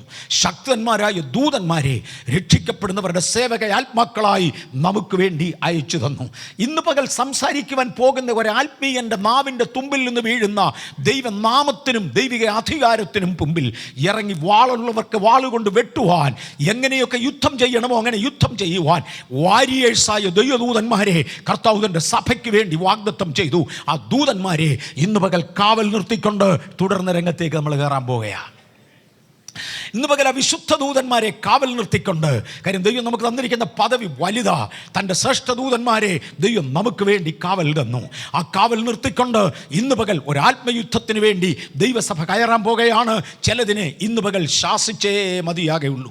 ഇതിനിടയ്ക്ക് ഞാൻ ഒരല്പം ചരിത്രമൊക്കെ ചേർത്തായിരുന്നു. ആ ചരിത്രത്തിനകത്ത് ഞാൻ പറഞ്ഞു, അനേക അശുദ്ധ ദൂത ശക്തികൾ ഈ ഭൂമിയിലേക്ക് ഇറങ്ങി വരികയും മനുഷ്യനെ വഷളാക്കി ഇന്ന് കാണുന്ന സാഹചര്യം വരെ തരം താഴ്ത്തിക്കളയുകയും ചെയ്ത സംഭവം മറക്കരുത്. അക്കാലത്താണ് കർത്താവ് തൻ്റെ പഴയ നിയമഭക്തന്മാരെ പുതിയ നിയമസഭയുടെ ഒരു മോഡൽ എന്ന വണ്ണം, പുതിയ നിയമസഭയുടെ ഒരു നിഴലെന്ന വണ്ണം പഴയ നിയമഭക്തന്മാരെ, അബ്രഹാമിൻ്റെ സന്തതിയെ ഈ മണ്ണിലാക്കിയത്. അബ്രഹാമിൻ്റെ സന്തതിയെ വാഗ്ദത്ത ഭൂമിയിൽ കൊണ്ടുവരുന്നതിന് മുന്നമേ കർത്താവ് അവരോട് പറഞ്ഞു, നിങ്ങൾ ചോരത്തളിയും പെസഹായും ആചരിച്ച ശേഷമേ വാഗ്ദത്ത നാട്ടിലേക്ക് ഇറങ്ങിത്തിരിക്കാവൂ. മറക്കരുത്, ഞാൻ ആ പദം ഒന്നുകൂടെ തൊടുകയാണ്. നിങ്ങൾ വാഗ്ദത്ത നാട്ടിലേക്ക് വരുന്നതിന് മുന്നമേ കേവലം അബ്രഹാമിൻ്റെ സന്തതിയായി ജനിച്ചു എന്ന കാരണത്താൽ മാത്രം നിങ്ങൾ ഭക്തരായില്ല. നിങ്ങൾ ചോരത്തളിയും പെസഹായും ആചരിക്കണം. അത് പരിച്ഛേദന ആചരിക്കണം, ചോരത്തളി ആചരിക്കണം, പെസഹ ആചരിക്കണം എന്ന് പറഞ്ഞാൽ ഞാൻ അബ്രഹാമിന് കൊടുത്തിരുന്ന വ്യവസ്ഥയിൽ നിങ്ങൾ വ്യക്തിപരമായി എന്നോട് ഉഭയസമ്മതം ചെയ്തേ മതിയാകൂ. അബ്രഹാമിൻ്റെ മക്കളും കൊച്ചുമക്കളും എന്നതുകൊണ്ട് നിങ്ങളെല്ലാം എൻ്റെ മക്കളും കൊച്ചു മക്കളുമായി മാറിക്കഴിഞ്ഞു. പക്ഷേ ദൈവത്തിനൊരു പ്രത്യേകതയുണ്ട്. ദൈവത്തിന് കൊച്ചുമക്കളില്ല, ദൈവത്തിന് മക്കളേ ഉള്ളൂ. അവനെ കൈക്കൊണ്ടവൻ്റെ നാമത്തിൽ വിശ്വസിക്കുന്ന ഏവർക്കും ദൈവത്തിൻ്റെ മക്കളാകുവാൻ അവൻ അധികാരം കൊടുത്തു. അവരുടെ മക്കൾ ദൈവത്തിൻ്റെ കൊച്ചുമക്കളാകുന്നില്ല. അബ്രഹാമിൻ്റെ കൊച്ചുമക്കളാകയാൽ നിങ്ങളെൻ്റെ കൊച്ചുമക്കളാകുന്നില്ല. പകരം നിങ്ങളും എൻ്റെ മക്കളാകേണ്ടതിന് ഓരോരുത്തൻ വ്യക്തിപരമായി, സ്ത്രീകൾക്ക് ആ പ്രമാണം ബാധകമല്ല, ഓരോരുത്തൻ വ്യക്തിപരമായി എന്നോട് നിയമം ചെയ്യേണ്ടതിന് പരിച്ഛേദന ഏറ്റേ മതിയാകുള്ളൂ. ഓരോരുത്തരും എന്നോട് വ്യക്തിപരമായി ബന്ധം പുലർത്തേണ്ടതിന് നിങ്ങളെല്ലാവരും പെസഹ ആചരിക്കണം. എല്ലാവരും നിങ്ങൾ പുളിപ്പില്ലാത്ത അപ്പം തിന്നേണം. ഇങ്ങനെ വ്യക്തിപരമായി ദൈവത്തോടുള്ള ബന്ധം സ്ഥാപിച്ചു കൊടുത്തു. വ്യക്തിപരമായി ദൈവത്തോടുള്ള ബന്ധം സ്ഥാപിക്കപ്പെട്ട ഇസ്രയേലിൻ്റെ നടുവിൽ അനേക പ്രവാചകന്മാരെ ദൈവം അയച്ചു. പക്ഷേ അവർ പ്രവാചകന്മാരെ കല്ലെറിഞ്ഞു. അവർ ദൈവപ്രമാണം വിട്ടുതിരിയുമ്പോൾ ദൈവത്തിൻ്റെ പ്രവാചകന്മാരെ അയച്ചു കൊണ്ടിരുന്നു. സാത്താൻ്റെ പ്രവൃത്തികൾ അത്ര വലുതായിരുന്നതിനാൽ ദൈവം അയച്ച പ്രവാചകന്മാരെ ഇസ്രയേൽ കല്ലെറിഞ്ഞു. ഈ എൻ്റെ പ്രിയപ്പെട്ടവരെ മറക്കല്ല്, ഇന്നും നടക്കുന്നത് ഇത് തന്നെയാണ്. ദൈവം അയക്കുന്നവരെ കല്ലെറിയുന്ന ഒരു സമ്പ്രദായമുണ്ട്. ദൈവം അയച്ച പ്രവാചകന്മാരെ ഒക്കെയും അവർ കല്ലെറിഞ്ഞു. ഒടുവിൽ തൻ്റെ പുത്രനായ ക്രിസ്തുവിനെ തന്നെ ഈ മണ്ണിലേക്ക് അയക്കുവാൻ പിതാവായ ദൈവം തീരുമാനിച്ചു. ഇതിനെക്കുറിച്ച് നമ്മുടെ കർത്താവായ യേശു ക്രിസ്തു തൻ്റെ ഉപമകളിൽ പറഞ്ഞിട്ടുള്ള ചിലത് മറക്കരുത്. കർത്താവ് പറഞ്ഞു, ഒരു കൂട്ടം കുടിയന്മാരുടെ കയ്യിൽ ഒരു യജമാനൻ തൻ്റെ മുന്തിരിത്തോട്ടം ഏൽപ്പിച്ചു. കുടിയന്മാർ യജമാനന് ഫലം കൊടുക്കുന്നതിന് പകരം അവർ തന്നെ ഫലമെടുക്കാൻ തുടങ്ങി. പൈശാചിക പ്രവണത എന്തായിരുന്നു? ദൈവത്തിന് ലഭിക്കേണ്ട മാന്യത, ദൈവത്തിന് കൊടുക്കേണ്ട ആരാധന, ദൈവത്തിന് കൊടുക്കേണ്ട ശ്രേഷ്ഠത, അത് ദൈവം മുമ്പിൽ എത്താതെ വേണം അതിൻ്റെ ഫലം വഴിയിൽ പിടിച്ചു കളയുക. ഇതായിരുന്നു സാത്താൻ്റെ മർമ്മം. മറന്നു കളയരുത്.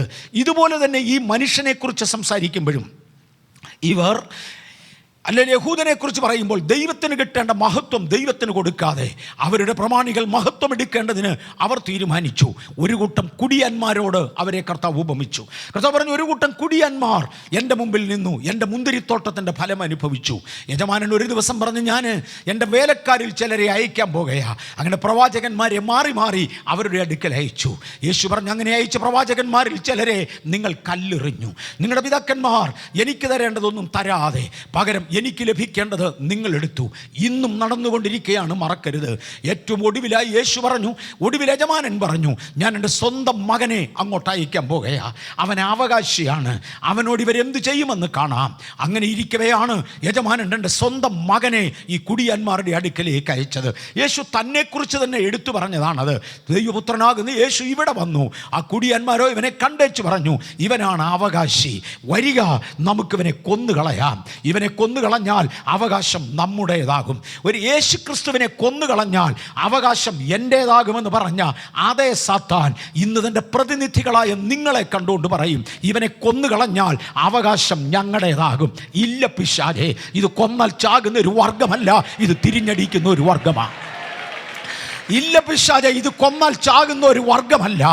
റോമൻ ഗവൺമെന്റിന്റെ ഇമ്പീരിയൽ മുദ്രയെയും ഒറ്റ ഒറ്റ ഹോള് മാത്രം വാതിൽ കൊടുത്തുകൊണ്ട് പാറയിൽ വെട്ടിയുണ്ടാക്കിയ കല്ലറയെയും അതിൻ്റെ മുമ്പിൽ കാവൽ നിൽക്കുന്ന പടയാളികളെയും ഒരുപോലെ ജയിച്ചുകൊണ്ട് നിയമിക്കപ്പെട്ട 3-ാം നാൾ വെളിയിൽ വന്ന മാർഗമാണ് ഈ മാർഗം. ആകയാൽ 2016 ജനുവരി മാസത്തിന്റെ 4-ാമത്തെ ഞായറാഴ്ച ഒരു ഡെലിവറൻസ് ആചരിക്കുന്ന ഇന്ന്, ഹല്ലേലൂയ, പിന്നെയും ചിലതിനെ പൊളിച്ചുകൊണ്ട്, പിന്നെയും ചില മുദ്രകളെ ഉടച്ചുകൊണ്ട്, ചില ആഭിചാര ശക്തികളെ ഭത്സിച്ചുകൊണ്ട്, ചില അടയാളങ്ങൾ കാണിച്ചുകൊണ്ട് ദൈവസഭ വെളിയിൽ വരികയാ. ഹല്ലേലൂയ. ഓൾറൈറ്റ്. പഴയ നിയമത്തിലേക്ക് നമ്മൾ ഇറങ്ങിയാൽ ഒരുപാട് കൂട്ടം അന്യ ദൈവ സേവകന്മാർ ദൈവസഭയിൽ പ്രവേശിച്ചതായി കാണാം. പുതിയ നിയമത്തിലും മറക്കരുത്, പുതിയ നിയമം പഴയ നിയമം നമ്മുടെ നിഴലും പുതിയ നിയമം പൊരുളുമാ. ഇന്നത്തെ പുതിയ നിയമസഭയിൽ കണ്ടതിൻ്റെ ടൈപ്പോളജിയാണ് പഴയ നിയമസഭയിൽ കണ്ടിരുന്നത്. പഴയ നിയമസഭയിൽ ആഭിചാരകന്മാർ, ക്ഷുദ്രക്കാർ, പ്രശ്നക്കാർ അഥവാ ജ്യോതിഷക്കാർ, അസ്ട്രോളജേഴ്സ്, വെളിച്ചപ്പാടത്തികൾ, ലക്ഷണവിദ്യ ഉപയോഗിക്കുന്നവർ, മന്ത്രവാദം ചെയ്യുന്നവർ, സ്വപ്നക്കാർ, ശകുനവാദികൾ മുതലായവരും, നാളെ, നേരം, മുഹൂർത്തം മുതലായത് നോക്കുന്നവരും, കുലദേവതകളെയും ഗ്രഹബിംബങ്ങളെയും വെച്ച് സേവിക്കുന്നവരും, ഇങ്ങനെ ദൈവത്തിൻ്റെ വഴി വിട്ടു പോകുന്ന ഒരു വലിയ വിഭാഗം ജനം അകത്ത് കടന്നു എന്ന് കാണാം. ഓരോന്നിനെക്കുറിച്ച് വിശദീകരിക്കാൻ എനിക്ക് ഒക്കത്തില്ലെങ്കിലും അറിയാവുന്നതിൽ ലഭിക്കേണ്ട അത്യാവശ്യ വിവരങ്ങൾ ലഭിക്കേണ്ടതിന് കഴിഞ്ഞകാല ജീവിതത്തിൽ ഇത്തരം ശക്തികളുമായി ബന്ധമുണ്ടായിരുന്ന, അല്ലെങ്കിൽ അവയെക്കുറിച്ച് പഠിക്കാൻ അവസരം ലഭിച്ചിട്ടുള്ള ചില സഹോദരങ്ങളുമായി ഞാൻ സംസാരിക്കുകയും ഡിക്ഷണറിയിൽ നിന്നും മറ്റ് പലയിടങ്ങളിൽ നിന്നും കിട്ടിയ വിവരത്തിനുപരി ഈ മാർഗത്തിൽ ഇടപെട്ടിരുന്ന ചില വ്യക്തികളോട് സംസാരിക്കുകയും കാകപ്പാടെ കളക്ട് ചെയ്യുകയും ചെയ്ത ചില ഇൻഫർമേഷൻസ് മാത്രം വേഗത്തിൽ ഞാനൊന്ന് തൊടാൻ പോകുകയാണ്. ഒന്നാമത്തെ ഒരു വിഭാഗത്തെ മാന്ത്രികർ എന്ന് വിളിക്കാറുണ്ട്. അസായേൽ എന്ന് പറയുന്ന അശുദ്ധ ദൂതനാണ് മന്ത്രശക്തി മനുഷ്യന് പറഞ്ഞു കൊടുത്തത്. നക്ഷത്രങ്ങളെ പ്രതിനിധീകരിക്കുന്ന, അതിലെ വീണുപോയ ദൂതന്മാരെ ചിത്രീകരിക്കുന്ന വ്യത്യസ്ത നിറങ്ങളും വലിപ്പങ്ങളുമുള്ള കല്ലുകൾ സ്വന്തം ശരീരത്തിൽ അണിഞ്ഞുകൊണ്ട് ദൈവത്തിൻ്റെ സാദൃശ്യത്തിൽ നിന്നും ദൈവത്തിൻ്റെ സ്വരൂപത്തിൽ നിന്നും അറിഞ്ഞുകൊണ്ട് വേർപെട്ട് മാറി നിന്നുകൊണ്ട് പൈശാചിക സ്വരൂപങ്ങളോട് ഇണകലർന്നുകൊണ്ട് അവർ ദൈവത്തിൻ്റെ സാദൃശ്യത്തിൽ നിന്ന് മാറി വേറൊരു സാദൃശ്യത്തിൽ നിന്നുകൊണ്ട് മാന്ത്രിക ശക്തികൾ ഉരുവിടുവാനും, അങ്ങനെ ഉരുവിടുന്ന ശക്തികൾ കൊണ്ട് മാന്ത്രികർ വന്ന് ഇവരുടെ നാവിലൂടെ പുറത്തു വരുന്ന വാക്കുകളെ ആധാരമാക്കി ഇവിടെ അധികാരം നടത്തുവാനും കഴിയുമെന്ന് ആ അസസേൽ അല്ലെങ്കിൽ അസായേൽ 2 പേരാണ് ഉള്ളത്, ജനത്തെ പഠിപ്പിച്ചു കൊടുത്തിരുന്നു. അതിൻ്റെ മാർഗത്തിൽ ഒരുപാട് പേർ ഇസ്രയേലിൽ നിന്ന് വരെ ആയിപ്പോയി. അബ്രഹാമിൻ്റെ കൊച്ചുമക്കൾ, ചോരത്തലി ആചരിച്ചവർ, പെസഹയാചരിച്ചവർ, പരിച്ഛേദനയേറ്റവർ എല്ലാം ഒരു വശത്തുണ്ടെങ്കിലും അറിയാതെ വേറൊരു വശത്ത് അവർ മാന്ത്രിക ശക്തികൾക്ക് അടിമകളായി. മാന്ത്രിക ശക്തികളെക്കാൾ കവിയുന്നതാണ് ക്ഷുദ്രപ്രയോഗങ്ങൾ എന്നറിഞ്ഞു. നരബലി മുതൽ ശക്തിയേറിയ പല കർമ്മങ്ങളും പൈശാചിക ശക്തികളെ ആളത്വമായി വിളിച്ചുകൊണ്ടാക്കുന്ന പല ഗൗരവമുള്ളതും ക്ഷുദ്രക്കാരിൽ നിന്നും ലഭിക്കുന്നു. വേദപുസ്തകം ക്ഷുദ്രക്കാരോട് പറഞ്ഞു, ക്ഷുദ്രക്കാരെ കിട്ടിയാൽ തീയിലിട്ട് ചൂട്ടേക്ക്, നിനക്കൊരു ദോഷവും വരുത്തത്തില്ല. ഞാൻ ഒരു പ്രാവശ്യം കൂടി ഒന്ന് ആവർത്തിക്കാൻ പോകുകയാണ്. പൈശാചിക കർമ്മങ്ങൾ ചെയ്യുന്നവരുടെ കൂട്ടത്തിൽ ഏറ്റവും വലുതായി അറിയപ്പെടുന്നത് ക്ഷുദ്രക്കാരാണെന്നാണ് എൻ്റെ അഭിപ്രായം, എനിക്ക് ലഭിച്ചിടത്തോളം ഒരറിവിൽ. പക്ഷേ ദൈവത്തിൻ്റെ തിരുവചനം പറഞ്ഞു, ക്ഷുദ്രക്കാരനെ കിട്ടിയാൽ തീയിലിട്ട് ചുട്ടേക്ക്. ഇന്ന് 20-ാം നൂറ്റാണ്ട്, 21-ാമത്തെ 22-ാമത്തെ നൂറ്റാണ്ടിൽ നമ്മിലാരും അത് ചെയ്യുമെന്നല്ല ഞാൻ പറഞ്ഞത്. പക്ഷേ ആത്മാവിൻ്റെ തീയ് ഇന്ന് പകൽ അയക്കാൻ പോവാ. വെരി ഷുവർ, ആത്മാവിൻ്റെ തീ ഇന്ന് പകൽ അയക്കാൻ പോവാ. ക്ഷുദ്രക്കാരെ കിട്ടിയാൽ തീയിലിട്ട് ചുടണം. അതിനെ ചുടുകയാണ്, വേറൊന്നും അതിനകത്ത് ചെയ്യാനില്ല. അതിനുവേണ്ടിയാണ് ആത്മാവിൻ്റെ തീയ് കർത്താവ് കത്തിച്ചത്. മന്ത്രവാദികളായി, ക്ഷുദ്രക്കാരായി, ലക്ഷണം നോക്കുന്നവർ, ഞാൻ അതിനെക്കുറിച്ച് അതിൽ കൂടുതൽ പറയാൻ ആഗ്രഹിക്കുന്നില്ല. പ്രശ്നക്കാർ എന്നൊരു വിഭാഗത്തെ കാണാം. പ്രശ്നം വെച്ച് നോക്കുക, ലക്ഷണം നോക്കുക, ഭാവിയിൽ നടക്കാനുള്ളത് എന്തെന്ന് നോക്കുക. അസ്ട്രോളജി അതിൻ്റെ വിഭാഗമാണ്. നിങ്ങൾ ജനിച്ച നക്ഷത്രം ഏത്, നിങ്ങളുടെ നാളേത് എന്ന ചില ചോദ്യങ്ങൾ പലരും ചോദിക്കാറുണ്ട്. ഞാൻ ഒരു അനുഭവ ചരിത്രം ഇവിടെ പറഞ്ഞിട്ടുണ്ട്. കർത്താവിൻ്റെ ദാസൻ പാസ് കാനമച്ചൻ അവർകൾ ഒരിക്കലൊരു ബോട്ടിൽ യാത്ര ചെയ്യുമ്പോൾ ഒരു ബോട്ടിൻ്റെ ഒരു സൈഡിൽ അച്ഛൻ ഇരിക്കുകയായിരുന്നു. അച്ഛൻ അവിടെ ഉണ്ടെന്ന് അറിഞ്ഞുകൊണ്ട് അച്ഛൻ്റെ പ്രഭാവകാലത്ത് അച്ഛനെ ഒന്ന് കാണാനും ഒരു വാക്ക് സംസാരിക്കുവാനും ഒന്ന് അടുത്തു വരുവാനും ഒരു അവസരം പ്രതീക്ഷിച്ചുകൊണ്ട് ആ ബോട്ടിൽ ഉണ്ടായിരുന്ന അച്ഛനെക്കുറിച്ച് കേട്ടിട്ടെങ്കിലുമുള്ള പലരും അച്ഛൻ നിന്ന ഇടത്തേക്ക് മാറി. നിങ്ങൾക്കറിയാമോ, ഒരു ബോട്ടിൻ്റെ ഒരു സൈഡിലേക്ക് ആൾ മാറിയാൽ ബോട്ട് അപകടത്തിലാണ്. പരന്നിരിക്കേണ്ട ഇടത്ത് നിന്ന് ആളുകൾ അച്ഛൻ്റെ അരികിലേക്ക് മാറി.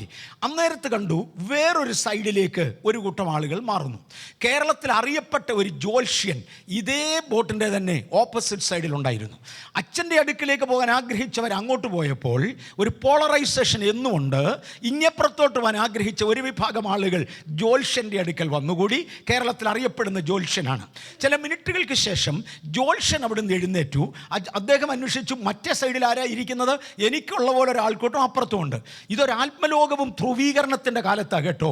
ഒരു കൂട്ടർ പരിശുദ്ധാത്മാവിനെയും ദൈവവചനത്തെയും അംഗീകരിച്ചുകൊണ്ട് അടുത്തു വരുമ്പോൾ അതിനെ വേണ്ട എന്ന് പറയുന്ന വേറൊരു കൂട്ടരുണ്ട്. ഇതിനെ ധ്രുവീകരണമെന്ന് വിളിക്കും. രണ്ട് ധ്രുവങ്ങളിലേക്ക് മാറുക, പോളറൈസേഷൻ നടന്നുകൊണ്ടിരിക്കുന്ന കാലമാണ്. ആ കൊച്ചു ബോട്ടിൽ അതിൻ്റെ ഒരു സാമ്പിൾ നടന്നു. ഒരു കൂട്ടം ആളുകൾ ജ്യോത്സ്യൻ്റെ അടുക്കിലേക്കും വേറൊരു കൂട്ടം ആളുകൾ അച്ഛൻ്റെ അടുക്കിലേക്കും വന്നു.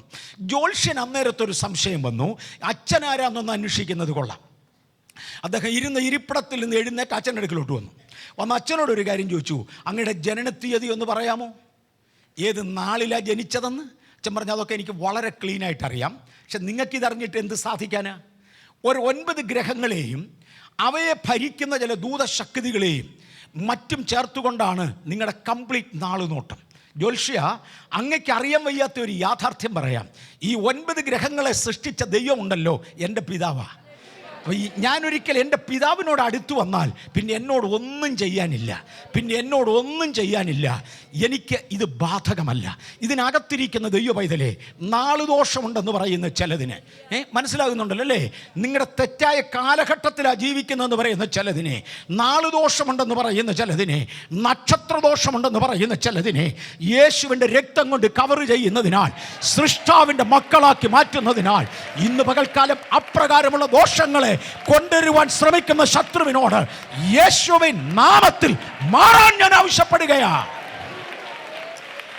നാള് നോക്കുന്നവരും മുഹൂർത്തം നോക്കുന്നവരും വാവ് നോക്കുന്നവരും പെരുന്നാളുകൾ നോക്കുന്നവരും കേട്ടോണം, ആഴത്തിലോട്ട് ഇറങ്ങുക. നാള് നോക്കുന്നവർ, ലക്ഷണം നോക്കുന്നവർ, മുഹൂർത്തങ്ങൾ നോക്കുന്നവർ, സീസണുകൾ നോക്കുന്നവർ, ഇവരൊക്കെ ഇസ്രയേലിൻ്റെ അകത്ത് വന്നു കയറി. ഇടകലർന്ന ഒരു ജീവിതശൈലി. അവർക്ക് അധിപതിയായി ഒരു ഇസബേൽ വരെ ഒരു കാലത്ത് രാജ്യം വാണു. ഇസബേൽ ഒരു രാജ്ഞിയാണ് ഒരു വശത്ത്, മറുവശത്ത് ദൈവം തിരഞ്ഞെടുത്ത ദൈവജനത്തിൻ്റെ ഇടയിൽ അന്യായമായ ശക്തികളെ കൊണ്ടുവന്ന് ഭരിക്കുന്ന ഒരു ദുഷിച്ച വ്യക്തിത്വമാണിവൾ. ഇസബേലിനെയും പുതിയ നിയമത്തിലെ മഹദിയം ബാബിലോൺ എന്ന ആ സ്ത്രീയെയും തമ്മിൽ ഒത്തിരി താരതമ്യം ചെയ്യുവാൻ കഴിയും.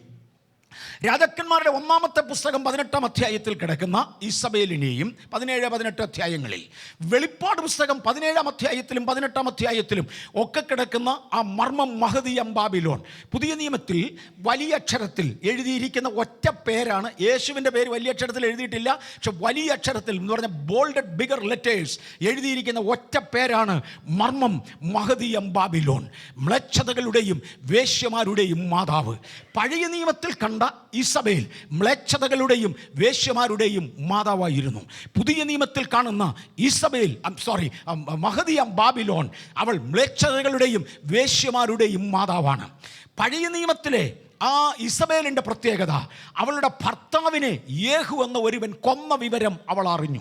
ആ ഭർത്താവിനെ കൊന്നവനായ യേഹു താഴെക്കൂടെ വരുന്നുണ്ടെന്ന് അറിഞ്ഞുകൊണ്ട് അവൾ കിളിവാതിലിൻ്റെ മുകളിൽ നിന്ന് താഴോട്ട് നോക്കാൻ വന്നു. ഇതിനകത്തിരിക്കുന്ന ഭാര്യമാരെ, നിങ്ങൾക്കത് വരാതിരിക്കട്ടെ. നിങ്ങളുടെ ഭർത്താവിനെ ഒരുവൻ കൊന്നുവെന്ന് കേട്ടാൽ നിങ്ങളുടെ പ്രതികരണം എന്തായിരിക്കും? ഇസബേലിൻ്റെ പ്രതികരണം എന്തായിരുന്നെന്നറിയാമോ? അവൾ നേരെ പോയി കണ്ണെഴുതി, അവൾ നേരെ പോയി മൂടി ചീകി മിനുക്കി, അവൾക്ക് മേക്കപ്പായിരുന്നു വലുത്. സകലതിനേക്കാളും അവൾക്ക് വലുത് മേക്കപ്പാ. എന്നെ കണ്ടാൽ നന്നായിരിക്കണം. കാര്യം വേറൊരു ദുഷ്ടജീവിയുടെ, ഒരു ദുഷ്ടദൂതൻ്റെ വേഷത്തിലാണ് ഞാൻ പ്രത്യക്ഷപ്പെടുന്നത്. അവൾ പോയി അവളുടെ വേഷം നന്നാക്കി. എന്നിട്ട് ആ മാളികയുടെ മുകളിൽ നിന്ന് താഴേക്ക് നോക്കിയേച്ച് യേഹുവിനോടൊരു ചോദ്യം ചോദിച്ചു. തൻ്റെ യജമാനെ കൊന്നവനായ യേഹു ആണോടാ പോകുന്നത്? യേഹു അവിടെ നിന്നുകൊണ്ട് ഒറ്റ മറുപടി മാത്രം പറഞ്ഞു. അവിടെ ഭർത്താവിനെ കൊന്നെങ്കിൽ ഇസബേലെ നീ ഒന്നുമില്ല. ഇന്ന് പകൽ ഞാൻ ആ പദത്തിന് വേണ്ടിയാ ഗൗരവത്തിലോട്ട് കയറുന്നത്. ഭർത്താവിനെ കൊന്നു കഴിഞ്ഞെങ്കിൽ നീ ഒന്നുമില്ല. ഈ യേഹുവിനൊരു പ്രത്യേകത ഉണ്ടായിരുന്നു. പണ്ടൊരു കാലത്ത് ഇസബേലും ഏലിയാവെന്ന പ്രവാചകനും തമ്മിൽ ഒരു ഏറ്റുമുട്ടലുണ്ടായി. ഈ ഏറ്റുമുട്ടലിൽ ഇസബേൽ ഇങ്ങനെ പറഞ്ഞു. ഇന്ന് ഇതിനകത്ത് ഏറ്റുമുട്ടലുള്ള ചിലരോടാണ് ഈ ദൂത്. TV-യിൽ എന്നെ കേൾക്കുന്നവർ, വെബിൽ എന്നെ കാണുന്നവർ എല്ലാവരോടും ചേർന്ന് ലോകത്തിൻ്റെ 100-200ഓളം രാജ്യങ്ങളിൽ നിന്ന് ഇന്ന് പകൽ ശ്രദ്ധിച്ചുകൊണ്ടിരിക്കുന്ന പ്രിയപ്പെട്ടവരോട് ഒരുമിച്ച് പരിശുദ്ധാത്മാവ് അറിയിക്കുന്ന വിലപ്പെട്ട ഒരു ദൂതാണിതെന്ന് മറക്കരുത്. അവളുടെ ഭർത്താവിനെ കൊല്ലുവാൻ കാരണം എന്തായിരുന്നു? ഒരിക്കൽ ഈ ഇസബേലും ദൈവത്തെ സേവിക്കുന്ന ഒരു പ്രവാചകനും തമ്മിൽ ഒരു ഏറ്റുമുട്ടലുണ്ടായി. ആ പ്രവാചകൻ ദേശത്ത് നിന്നൊരു വിളി വിളിച്ചു. നിങ്ങൾ എത്രത്തോളം 2 തോണിയിൽ കാൽവെക്കും? ഒരു തോണി ഇപ്പുറത്ത് ദൈവത്തിൻ്റെതും ഒരു തോണി അപ്പുറത്ത് പിശാചിൻ്റെതുമായി. ഈ 2 തോണിയിൽ നിങ്ങൾ എത്രത്തോളം നടക്കും? എത്രത്തോളം ഇവിടെ അല്പം അവിടെ അല്പമെന്ന് നിങ്ങൾ പറയും? എത്രത്തോളം 2നും നിങ്ങൾ പൊന്തികളി കളിക്കും? നിങ്ങൾ 2-ൽ 1-ൽ ഉറച്ചു നിൽക്കൂ.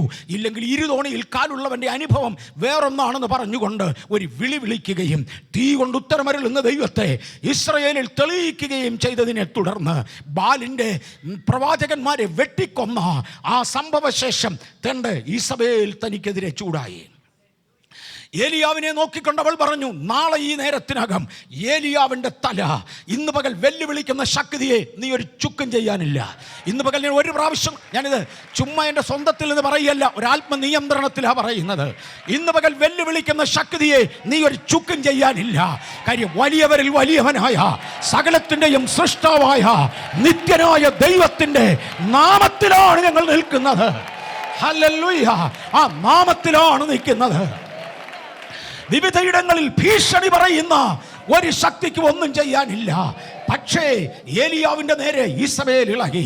ഇസബേൽ പറഞ്ഞു, നാളെ ഈ നേരത്തിനകം, തിങ്കളാഴ്ച ഈ നേരത്തിനകം, നാളെ ഈ നേരത്തിനകം ഈ ഏലിയാവിൻ്റെ തല ആ ചത്തുവീണ പ്രവാചകന്മാരിൽ ഒരുവൻ്റേതുപോലെ ഇരിക്കുമില്ലെങ്കിൽ ദേവന്മാർ എന്നോട് തക്കവണ്ണവും അധികവും ചെയ്യട്ടെ. ഏലിയാവ് ഭയന്നുപോയി. ഏലിയാവ് ഭയന്നതുകൊണ്ട് ഏലിയാവിൻ്റെ ദൈവം ഭയന്നില്ല. ഇന്ന് പകൽ ഏലിയാവിൻ്റെ ദൈവത്തിൻ്റെ ആത്മാവിനെ പ്രാപിച്ചിരിക്കുന്ന ദൈവവൈതലെ ഞാനും ഭയപ്പെടാൻ പോകുന്നില്ല. ഏലിയാവ് ഭയന്നു പോയി. പലരെ നീ പേടിപ്പിച്ചെന്ന് വരാം, പകരെ ഭീഷണിപ്പെടുത്തി എന്ന് വരാം. പക്ഷെ ഭീഷണികളുടെ മുമ്പിൽ വഴങ്ങാത്ത ഒരു ദൈവത്തെ ഇന്ന് പകൽ സഭ ഇവിടെ വീണ്ടും കൊണ്ടുവരികയാ.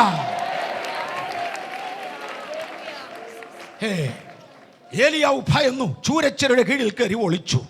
ആരോടും പറയാതെ ദൈവം ഒരു തീരുമാനമെടുത്ത്, ഏലിയാവേ, നിന്റെ കൈ കൊണ്ടൊരു അഭിഷേകം നടക്കാനുണ്ട്. നീ ഒരു യേഹുവിനെ അഭിഷേകം ചെയ്യണം കേട്ടോ. നിന്റെ കൈ കൊണ്ട് ഞാനത് ചെയ്യിക്കുന്നില്ല, യേഹുവിൻ്റെ കൈ കൊണ്ട് അത് ചെയ്യിക്കും. ഇന്ന് പകൽ സഭയിൽ ചില ആത്മീയരുടെ മേൽ ഒരു അഭിഷേകത്തിൻ്റെ പകർച്ച നടക്കണം. ചില യേഹുമാർ ഇതിനകത്തുനിന്ന് എഴുന്നേറ്റേ മതിയാകുള്ളൂ. ഏലിയാവിനെ ദൈവത്തിന്റെ ദൂതൻ തട്ടി എഴുന്നേപ്പിച്ച് ആഹാരം കൊടുത്ത് നടത്തി. ഒരു പർവ്വതത്തിന്റെ മുകളിൽ വെച്ച് യഹോവയായ ദൈവം ഏലിയാവിനോട് നേരിട്ടിടപെട്ടു. ഗോഡ്, ഞാൻ ആ ഭാഗത്തൂടെ തൽക്കാലം പോകുന്നില്ലെങ്കിൽ ഒന്ന് തൊട്ടില്ലേ ശരിയാകത്തില്ല. ഏലിയാവ് ചെന്ന് തണ്ട് ഒരു പർവ്വതത്തിൻ്റെ മുകളിൽ കയറി ദൂതൻ കൊടുത്ത ആജ്ഞപ്രകാരം ഒരു ഗുഹയിൽ കയറി പാർത്തു. ഏലിയാവിൻ്റെ മുമ്പിലൂടെ തകർക്കുന്ന കൊടുങ്കാറ്റടിച്ചു, പർവ്വതങ്ങളെ കുലുക്കി ഇളക്കി. ഏലിയാവിൻ്റെ മുമ്പിലൂടെ ഒരു ഭൂകമ്പം വന്നു, പാറകൾ പിളർന്നിളകി. പക്ഷേ ഇവയിലൊന്നും യഹോവയില്ലായിരുന്നു. യഹോവയ്ക്ക് മുന്നോടിയായി പോയിരുന്ന ചിലത് മാത്രമായിരുന്നത്. അത് കഴിഞ്ഞപ്പോൾ ഒരു മൃദുസ്വരം അതുവഴി വരികയാണ്. ഇന്ന് പകൽ ചില കാതുകളിൽ ആ മൃദുസ്വരം കേട്ടേ മതിയാകൂ. ഇന്ന് പകൽ ഹല്ലേലൂയ.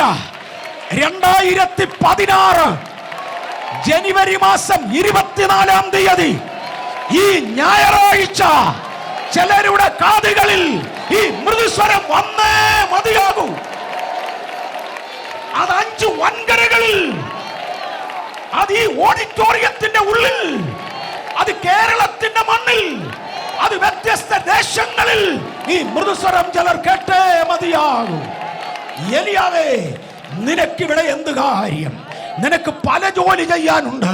ആ കൂട്ടത്തിൽ ഒരു യേഹൂവിനെ അഭിഷേകം ചെയ്യാനുണ്ട്. എന്തിനാണെന്നറിയാമോ? നിന്റെ തലയ്ക്ക് വില പറഞ്ഞ, ഹല്ലേലൂയ, നിന്റെ തലയ്ക്ക് വില പറഞ്ഞ ഈ ഈസബേലിന്റെ രക്തം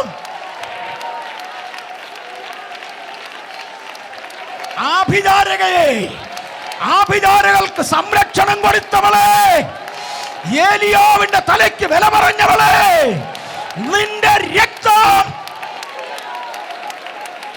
ഹല്ലേലൂയ, നാട്ടിലെ കൊടിച്ചിപ്പട്ടികൾ നക്കേണ്ടതിന്, നാട്ടിലെ കൊടിച്ചിപ്പട്ടികൾ നക്കേണ്ടതിന്, നിന്റെ മാംസം നാട്ടിലെ കൊടിച്ചിപ്പട്ടികൾ കടിച്ചു കീറേണ്ടതിന്, നിന്നെ വലിച്ചെറിയുന്ന ഒരു യേഹൂവിന്റെ മേൽ ഒരു അഭിഷേകം വരേണം. കാര്യം നിന്നെ കർത്താവിന് തികഞ്ഞു, നിന്നെ നശിപ്പിക്കാൻ തീരുമാനിച്ചു. ഞാൻ ആ ഒരു കാര്യത്തിനായി ദൈവത്തെ സ്തുതിക്കുന്നു. അവിടെയും അവിടെ ആഗ്രഹം നിവർത്തിച്ചേച്ച് അവളെ കൊന്നത് കേട്ടോ. ആ ഭർത്താവിനെ കൊന്നിട്ട് യേഹൂ താഴെക്കൂടെ വരുന്നുണ്ടെന്ന് അറിഞ്ഞപ്പോൾ അവൾ പോയി കണ്ണെഴുതി. അവൾ പോയി ചീകി മിനുക്കി തൻ്റെ സൗന്ദര്യമെല്ലാം എടുത്തു കാണിച്ചു. തികഞ്ഞ സൗന്ദര്യത്തിൽ താഴോട്ട് നോക്കി നിൽക്കുമ്പോൾ താഴെ യേഹൂ ഒരു വിളി വിളിച്ചു, ആരുണ്ട് എൻ്റെ പക്ഷത്ത്? അവളെ പൊക്കി തറയിലോട്ടിട്. ഹല്ലേലൂയ. നിന്റെ ഗമയില്, നിന്റെ ഒരുക്കത്തില് തികഞ്ഞുവെന്ന് പറഞ്ഞുകൊണ്ട് എനിക്ക് തുല്യമായി ആരുമില്ല, ഞാൻ നാടിന്റെ റാണി എന്ന് പറഞ്ഞ് ആഭിചാര ശക്തിയാൽ ജനത്തെ ഭ്രമിപ്പിക്കുന്ന സാത്താന്യ ശക്തിയെ നീ അണിഞ്ഞൊരുങ്ങ്. വലിച്ചെറിയുവാൻ ഒരു കൽപ്പന പുറപ്പെടുകയാണ്. ഹല്ലേലൂയ. ഇത് യേഹൂവിന്റെ വാക്കുകളാ. വലിച്ചെറിഞ്ഞത് യേഹൂ അല്ല. അഭിഷക്തന്റെ വാക്കിന്റെ മുമ്പിൽ വലിച്ചെറിയുവാൻ ആഹ്വാനം ലഭിച്ചതോടെ എറിയേണ്ടവർ എടുത്തെറിഞ്ഞതുപോലെ ഇന്ന് പകൽ അരുതാത്ത ചിലതിനെ ദൂതന്മാർ വലിച്ചെറിയട്ടെ.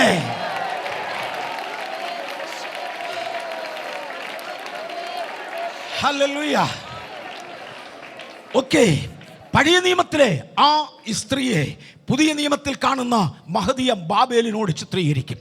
ധൂമ്രവസ്ത്രം പട്ടും ധരിച്ചവളായി അണിഞ്ഞൊരുങ്ങി തൻ്റെ ധനസമൃദ്ധിയിൽ കഴിയുന്ന നാമധേയ സഭയെ കുറിക്കുന്ന പ്രസ്താവനയാണ് മഹദിയ ബാബിലോൺ എന്ന് മറക്കല്ലേ. മ്ലേച്ഛതകളുടെയും വേശ്യമാരുടെയും മാതാവ് എന്നവൾക്ക് പേര് വരുവാൻ കാര്യം വേശ്യത്തരം കാണിക്കുന്നവരും ജാതികീയ പാരമ്പര്യങ്ങൾ അനുസരിക്കുന്നവരുമായ അനേകർ ഇവളോട് ചേർന്ന് നിൽക്കും. ഇവളെ മഹത്വമുള്ളവളെന്ന് വിളിക്കും. സ്തോത്രം. ആ പദങ്ങൾ മറക്കരുത്. മ്ലേച്ഛതകളുടെയും വേശ്യമാരുടെയും മാതാവ് എന്നൊരു നാമം അവിടെ നെറ്റിമേലുണ്ട്. വെളിപ്പാട് 17 കിടപ്പുണ്ട്. വാക്യങ്ങൾ വായിക്കാതെ അങ്ങ് പോകുക ഞാൻ ഉണ്ടാക്കിയെടുക്കാൻ. എന്തുകൊണ്ടാണ് അവളെ മ്ലേച്ഛതകളുടെ മാതാവെന്ന് വിളിക്കുന്നത്? മ്ലേച്ഛതയുള്ളവർക്കല്ല എവളോട് ഇഷ്ടമാ. ഇവരെല്ലാം കൂടി ഒരുമിച്ചാ പോകുന്നത്. ഭയങ്കര കമ്പനിയാണ് അവർ തമ്മിൽ. കണ്ട് അവളെപ്പോലെ നടക്കണം, എവളെപ്പോലെ ഇരിക്കണം. വേശ്യ എന്നെന്താ വിളിക്കാൻ കാര്യം? ജാതികീയ പാരമ്പര്യങ്ങളുമായി ഇവളെ ഒന്ന് കൂട്ടുപിടിച്ചു. അരുതാത്ത പലതുമായി ബന്ധം കൂടി. അതെല്ലാം കൂടെ ഇവളോട് ഒരുമിച്ച് ചേർന്നു. ഇങ്ങനെ ഒരു സ്ത്രീയെ പഴയ നിയമത്തിൽ കാണാം, പുതിയ നിയമത്തിലും കാണാം. ആവർത്തന പുസ്തകം 18-ാം അധ്യായത്തിൻ്റെ 10-11 വാക്യങ്ങൾ ദയവായി ഒന്ന് വായിക്കണേ. ഈ സാഹചര്യത്തിൽ ആവർത്തന പുസ്തകം 18-ന്റെ 10-11 വാക്യങ്ങൾ ദയവായി ഒന്ന് വായിക്കണേ. തൻ്റെ മകനെയോ മകളെയോ അഗ്നിപ്രവേശം ചെയ്യിക്കുന്നവൻ, പ്രശ്നക്കാരൻ, മുഹൂർത്തക്കാരൻ, ആഭിചാരകൻ, ക്ഷുദ്രക്കാരൻ, മന്ത്രവാദി, വെളിച്ചപ്പാടൻ, ലക്ഷണം പറയുന്നവൻ, അഞ്ജനക്കാരൻ എന്നിങ്ങനെയുള്ളവരെ നിങ്ങളുടെ ഇടയിൽ കാണരുത്. അടുത്ത വാക്യം കൂടെ. ഈ കാര്യങ്ങൾ ചെയ്യുന്നവനെല്ലാം യഹോവയ്ക്ക് വെറുപ്പാകുന്നു. ഇങ്ങനെയുള്ളത് എന്തെങ്കിലും ചെയ്യുന്നവന് എല്ലാം, അതിനകത്ത് ലേവിയ കുടുംബത്തിൽപ്പെട്ടവനായതുകൊണ്ട് എക്സെപ്ഷൻ ഇല്ല. അതിനകത്ത് ഇസഹാക്കിന്റെ കൊച്ചുമോനായതുകൊണ്ട് പ്രത്യേകത ഒന്നുമില്ല. ഈ പറയുന്ന അയോഗ്യതകളിൽ എന്തെങ്കിലും ചെയ്യുന്നവൻ സകലതും ഇടകലർന്ന് പാർക്കുന്ന ആത്മമണ്ഡലത്തിന്റെ ഉള്ളിൽ നാള് നോക്കുന്നവരുണ്ടെന്ന് മറക്കല്ല്. മുഹൂർത്തം നോക്കുന്നവനും ക്രിസ്ത്യാനി എന്ന് പേര് പറയാമെന്ന് മറക്കല്ല്. ജാതികീയ സമ്പ്രദായങ്ങളിൽ ഏതെങ്കിലും ഒന്ന് ചെയ്യുന്നവൻ, മനസ്സിലാകുന്നുണ്ടായിരിക്കുമല്ലോ ഞാൻ പറയുന്നത് നന്നായിട്ടല്ലയോ? വിവാഹം നടക്കേണ്ട സമയം തീരുമാനിക്കുവാൻ, ദിവസം തീരുമാനിക്കുവാൻ, വീടിന് അടിസ്ഥാനമിടുന്ന സമയം തീരുമാനിക്കുവാൻ, മിനിറ്റ് തീരുമാനിക്കുവാൻ, കൂദാശകളുടെ സമയം തീരുമാനിക്കുവാൻ മുഹൂർത്തം നോക്കുന്നവൻ. ക്രിസ്ത്യാനിന്ന് ഇതിന് പേരുണ്ടെങ്കിലും സകല മ്ലേച്ഛതകളുടെയും മാതാവ്. ഇതിലെന്തെങ്കിലും ഒരെണ്ണം ദൈവസന്നിധിയിൽ വന്നാൽ അത് അശുദ്ധമാണ് എന്ന് മറക്കരുത്. ഇതിനോട് ചേർന്ന് വെളിപ്പാട് പുസ്തകം 18-ാം അധ്യായത്തിലേക്ക് നമുക്കൊന്ന് വരാം. വെളിപ്പാട് പുസ്തകത്തിൻ്റെ 18-ാമത്തെ അധ്യായം, അതിൻ്റെ 1 മുതൽ 3 വരെയുള്ള വാക്യങ്ങൾ. അവിടെ കേവലം പഴയ നിയമത്തിൻ്റെ മാതൃകയിൽ നിൽക്കുന്നില്ല, ഒരുപടി മേളിലോട്ട് കയറുക. വായിച്ചാട്ടെ, വെളിപ്പാട് 18-ന്റെ 1 മുതൽ 3 വരെ. അനന്തരം ഞാൻ വലിയ അധികാരമുള്ള മറ്റൊരു ദൂതൻ സ്വർഗത്തിൽ നിന്ന് ഇറങ്ങുന്നത് കണ്ടു. അവന്റെ തേജസ്സിനാൽ ഭൂമി പ്രകാശിച്ചു. ഇവിടെ ഒരു വാക്ക് ഞാനൊന്ന് ഓർമ്മിപ്പിച്ചോട്ടെ. 17-ാമത്തെ അധ്യായത്തിൽ മഹദിയം ബാബിലോൺ നിപ്പുണ്ട്. 17-ാമത്തെ അധ്യായത്തിൽ അവളെ നശിപ്പിക്കുവാൻ ദൈവം തീരുമാനിച്ചു. 18-ാമത്തെ അധ്യായത്തിൽ വലിയ അധികാരമുള്ള വേറൊരു ദൂതൻ, കഴിഞ്ഞ 13.7 ബില്യൺ വർഷങ്ങളായി പ്രവർത്തിക്കാതെ ഇരുന്ന ഒരു വലിയ ദൂതൻ, ശ്രേഷ്ഠ അധികാരമുള്ളവൻ, വലിയ ബലമുള്ളവൻ. അധികാരവും ബലവും കൂടെ ഒരുമിച്ച് പോകുമെന്ന് മറക്കരുത്. പലയിടത്തും അധികാരം നടത്തണമെങ്കിൽ ബലം വേണം. അധികാരം നടത്തണമെങ്കിൽ ബലം വേണം. ഒരു കർത്താവിൻ്റെ ദാസൻ ഒരിക്കൽ പറഞ്ഞു, നമുക്കിന്ന് അധികാരങ്ങളും നിയമങ്ങളും കൊണ്ട് മാത്രം പോരാ, ബലവും കൂടെ ഉണ്ടല്ലേ പറ്റൂ. ഇല്ലെങ്കിൽ കള്ളന്മാരകത്ത് കയറാതിരിക്കേണ്ടതിന് വീടിനൊരു കതക് മതി, പൂട്ട് വേണ്ട. കതക് അടച്ചിട്ടാൽ അതിൻ്റെ അർത്ഥം കള്ളൻ കയറരുതെന്ന. പക്ഷെ കള്ളൻ അനുസരിക്കാത്തത് കൊണ്ടാണ് ഒരു പൂട്ടൂടെ വേണ്ടി വന്നത്. നമുക്കിന്ന് ട്രാഫിക് സിഗ്നൽ മാത്രം പോരാ, ആ സിഗ്നൽ ആരെങ്കിലും ക്രോസ് ചെയ്യുന്നു നോക്കാൻ പോലീസിനെ വേണ്ടി വന്നത്. നിയമം പാലിപ്പാൻ പലരും മടിക്കുന്നത് കൊണ്ട് ശക്തിയും കൂടെ ആ കൂട്ടത്തിൽ വന്നെങ്കിലേ മതിയാകെയുള്ളൂ. അരുത് എന്നൊരു നിയമമുണ്ടെങ്കിൽ ആ നിയമം പാലിച്ചെടുക്കേണ്ടതിന് ശക്തിയുള്ള ഒരാളിനെ കൂടെ അയച്ചേ മതിയാകൂ. വലിയ അധികാരമുള്ള ദൂതനെന്ന് തിരുവചനത്തിൽ വായിച്ചാൽ കേവലം അധികാരം തന്നെയല്ല, അതോടൊപ്പം ശക്തിയും ഉപയോഗിക്കും എന്ന് മറക്കരുത്. ശക്തിയും അധികാരവും ചേർന്നാണ് ഇറങ്ങി വരുന്നത്. കാര്യം ദൈവത്തിനറിയാം ആളുകൾ റിബലിയസ് ആണ്. പറഞ്ഞാൽ അനുസരിക്കാത്ത ചിലതിൻ്റെ മേൽ അധികാരം നടത്തിയെടുക്കേണ്ടതിന് ശക്തിയുള്ള, വലിയ ശക്തിയുള്ള ഒരു ദൂതൻ. ആ ദൂതൻ ഇറങ്ങി വരുമ്പോൾ, വായിച്ചാട്ടെ വീണ്ടും, ദൂതൻ ഇറങ്ങി വരുമ്പോൾ, ദൂതൻ സ്വർഗത്തിൽ നിന്ന് ഇറങ്ങുന്നത് കണ്ടു. അവന്റെ തേജസ്സിനാൽ ഭൂമി പ്രകാശിച്ചു. അവൻ ഉറക്കെ വിളിച്ചു പറഞ്ഞത്, വീണുപോയി, മഹദിയം ബാബിലോൺ വീണുപോയി, മഹദിയം ബാബിലോൺ വീണുപോയി. തവോട്ടം വായിച്ചു. ഇനിയിപ്പോ ഞാൻ ഇന്റർഫിയർ ചെയ്യുന്നില്ല, വായിച്ചു. ദുർഭൂതങ്ങളുടെ പാർപ്പിടവും സകല അശുദ്ധാത്മാക്കളുടെയും തടവും അശുദ്ധിയും അറപ്പുമുള്ള സകല പക്ഷികളുടെയും തടവുമായി തീർന്നു. വായിച്ചു. അവളുടെ വേശ്യാവൃത്തിയുടെ ക്രോധമദ്യം സകല ജാതികളും കുടിച്ചു. അവളുടെ വേശ്യാവൃത്തിയുടെ മദ്യം സകല ജാതികളും കുടിച്ചു. അവളിൽ കണ്ട മ്ലേച്ഛതകൾ സകല ജാതികളും പാലിച്ചു. അവൾ കാണിച്ചു വെച്ചതൊക്കെയും ജാതികൾ അംഗീകരിച്ചു. ജാതികൾ അവളിൽ നിന്ന് പകർത്തി. താവട്ടെ, ഭൂമിയിലെ രാജാക്കന്മാർ അവളോട് വേശ്യാസംഗം ചെയ്യുകയും, ചെറിയവരൊന്നുമല്ല അവളോട് ചേർന്നത്, ഭൂമിയിലെ രാജാക്കന്മാരും വലിയവളും. എൻ്റെ പ്രിയപ്പെട്ടവരെ, ഏത് വലിയവൻ വന്നാലും എൻ്റെ ദൈവത്തിൻ്റെ വചനത്തിൻ്റെ പ്രമാണത്തിന് വിരുദ്ധമെങ്കിൽ മാറി നിൽക്കാൻ പറയുന്ന ഒരു വിഭാഗം ജനത്തിനായി ഞാൻ എൻ്റെ കർത്താവിനെ സ്തുതിക്കുന്നു. ഇനിയും വാക്യം വായിക്കാതെ മുന്നോട്ട് പോയേ നിവൃത്തിയുള്ളൂ, എനിക്ക് എൻ്റെ സമയത്തിന് നിർത്തേണ്ടത് കൊണ്ട്. പഴയ നിയമത്തിൽ മുഹൂർത്തം നോക്കുന്നതും നാള് നോക്കുന്നതും മറ്റും ദൈവത്തിന് അബോമിനേഷനാണ്, അത് വികൃതമാണ്, അത് അയോഗ്യമല്ല, അത് ലജ്ജാകരമാണ് എന്ന് പറഞ്ഞെങ്കിൽ പുതിയ നിയമത്തിൽ വരുമ്പോൾ ഇച്ചിരൂടെ കൂടി, പുതിയ നിയമത്തിൽ വരുമ്പോൾ നായിക്കൾ, ക്ഷുദ്രക്കാർ, ബിംബാരാധികൾ, പോഷ്ക് പറയുന്നവരും അതിൽ പ്രിയപ്പെടുന്നവരും, ഭീരുക്കൾ വരെ ചേരുന്ന ഒരു പട്ടിക വിളിച്ചു പറഞ്ഞു, ഇവർക്കെല്ലാവർക്കും ഒരു ഓഹരിയുണ്ട്, തീയും ഗന്ധകവും കത്തുന്ന പൊയ്കയാ. നായ്ക്കൾ എന്ന് പറയുന്നത് ആരെക്കുറിച്ചാണ്? സ്വന്തം ഛർദിക്ക് തിരിഞ്ഞ നായ. ഒരിക്കൽ വേണ്ട എന്ന് കളഞ്ഞ് ഉപേക്ഷിച്ച് കളഞ്ഞ് ചിലതിന് വേണ്ടി തിരികെ പോകുന്നവരുടെ കാര്യമാണ്. എനിക്കത് വേണ്ട എന്ന് പറഞ്ഞ് ഉപേക്ഷിച്ചത് കാലത്തിൻ്റെ പോക്കിൽ തൻ്റെ അപ്പുറത്തെ ഇസബേലിനാകാമെങ്കിൽ എനിക്കെന്തുകൊണ്ട് രാജാക്കന്മാരവളെ അംഗീകരിക്കുന്നു? എനിക്കുമാകാം. നായ്ക്കൾ, ഭീരുക്കൾ, എനിക്ക് ദൈവത്തെ സേവിക്കണമെന്ന ആശയുണ്ട്, നാട്ടുകാരെ പേടിച്ചിട്ടൊക്കത്തില്ല. വിവാഹം നടന്നില്ലെങ്കിൽ എന്ത് ചെയ്യും? കുഞ്ഞുങ്ങൾ സമ്മതിച്ചില്ലെങ്കിൽ എന്ത് ചെയ്യും? ഭീരുവിനെ കുറിച്ച് തിരുവചനം പറഞ്ഞു, നാള് നോക്കുന്നവനെ പോലെയും ആഭിചാരം ചെയ്യുന്നവനെ പോലെയും മാത്രമേ ഒരു ഭീരുവിനെ ദൈവം കണക്കാക്കുന്നുള്ളൂ. എന്തോ ഞാനിത് എടുക്കുമ്പോഴേ എടുത്ത് പറയണമെന്ന് ദൈവാത്മാവിൻ്റെ ഹൃദയത്തിൽ പല പ്രാവശ്യം ആഹ്വാനം തന്നതുകൊണ്ട് ഞാൻ എസെക്കിയേലിൻ്റെ പുസ്തകം 13:22 വായിക്കാൻ പോകുകയാണ്. പ്രത്യേകിച്ചും കഴിഞ്ഞ രാത്രിയിൽ ആവർത്തിച്ച് ദൈവാത്മാവ് പല പ്രാവശ്യം എന്നോട് ഇത് പറഞ്ഞതാ. പറയരുതെന്നൊക്കെ ഞാൻ ഓർത്തെങ്കിലും ഇപ്പം പിന്നെ എന്നോട് പറയുക, ആഭിചാരത്തിന് തുല്യമായി ദൈവം കണക്കാക്കുന്ന പലതുമുണ്ട്. ആഭിചാരം പോലെ തന്നെ, മന്ത്രവാദം പോലെ തന്നെ ദൈവം കണക്കാക്കുന്ന പലതുമുണ്ട്. ഒന്ന് വായിക്കാമോ എസെക്കിയേലിൻ്റെ പ്രവചനം? 2-3 എനിക്ക് പറയാനുണ്ട്, ഒരെണ്ണവേലും വായിച്ചു വിടാനായിട്ടാണ്. ഞാൻ ദുഃഖിപ്പിക്കാത്ത നീതിമാന്റെ ഹൃദയത്തെ നിങ്ങൾ വ്യാജങ്ങളെ കൊണ്ട് ദുഃഖിപ്പിക്കുകയും. ഞാൻ ദുഃഖിപ്പിക്കാത്ത നീതിമാന്റെ ഹൃദയത്തെ വ്യാജം പറഞ്ഞ് ദുഃഖിപ്പിക്കുന്നു. ഞാൻ ആത്മമണ്ഡലത്തിൻ്റെ അകത്തോട്ട് കയറുക. ആത്മീയ ശുശ്രൂഷയ്ക്ക് എതിരെ നിൽക്കുന്ന ഒരു വിഭാഗമുണ്ട്. നമ്മുടെ കർത്താവായ യേശു ക്രിസ്തു പൊതു ശുശ്രൂഷ ചെയ്യവേ വലിയ ജനവിഭാഗം അവൻ്റെ പുറകെ വന്നു. സ്വന്തം വീട്ടുകാർ യേശുവിനെ കുറിച്ച് പറഞ്ഞു, ഇവന് ഭ്രാന്തുണ്ട്. ആത്മീയ ശുശ്രൂഷ ചെയ്യുന്നവനെ ഭ്രാന്തൻ എന്ന് വിളിക്കുന്നവരുണ്ട്. മർക്കോസിന്റെ സുവിശേഷം 3-ാമത്തെ അധ്യായത്തിൽ യേശുവിൻ്റെ ശുശ്രൂഷയുടെ ഗൗരവത്തിൽ ഒരുപാട് ജനത തടിച്ചുകൂടി. അവൻ ആഹാരം പോലും കഴിക്കാൻ നിവൃത്തിയില്ലാതെ വണ്ണം ജനം വന്നുകൂടിയപ്പോൾ സ്വന്തം സഹോദരങ്ങളും വീട്ടുകാരും ചേർന്ന് പറഞ്ഞു, ഇവന് ഭ്രാന്ത. മലയാള ഭാഷയിൽ ഊളംപാറയാക്കിയേ പറ്റുള്ളൂ. ഇവന് കാര്യം ഇങ്ങനൊന്നും ഇവനെ കൊണ്ട് നടക്കുകയില്ല.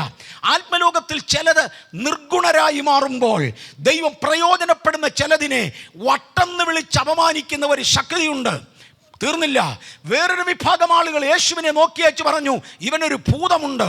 ഞാൻ ആ വാക്യം വായിക്കുന്നില്ല. ഇത് തെളിയിക്കേണ്ടതിന് വേണ്ടി അവർ യെരുശലേമിൽ നിന്ന് ശാസ്ത്രിമാരെ കൊണ്ടുവന്നു.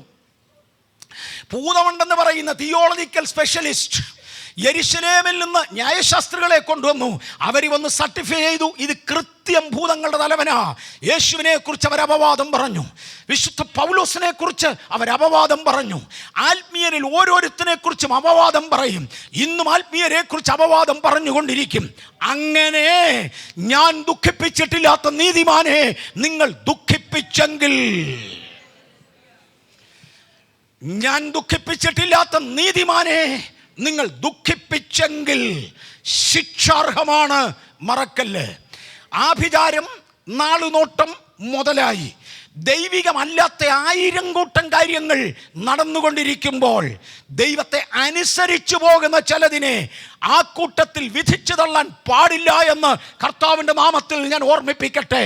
ഒന്ന്, ഞാൻ ദുഃഖിപ്പിക്കാത്തവനെ നിങ്ങൾ ദുഃഖിപ്പിച്ചു. അതോട്ട് വായിച്ചു.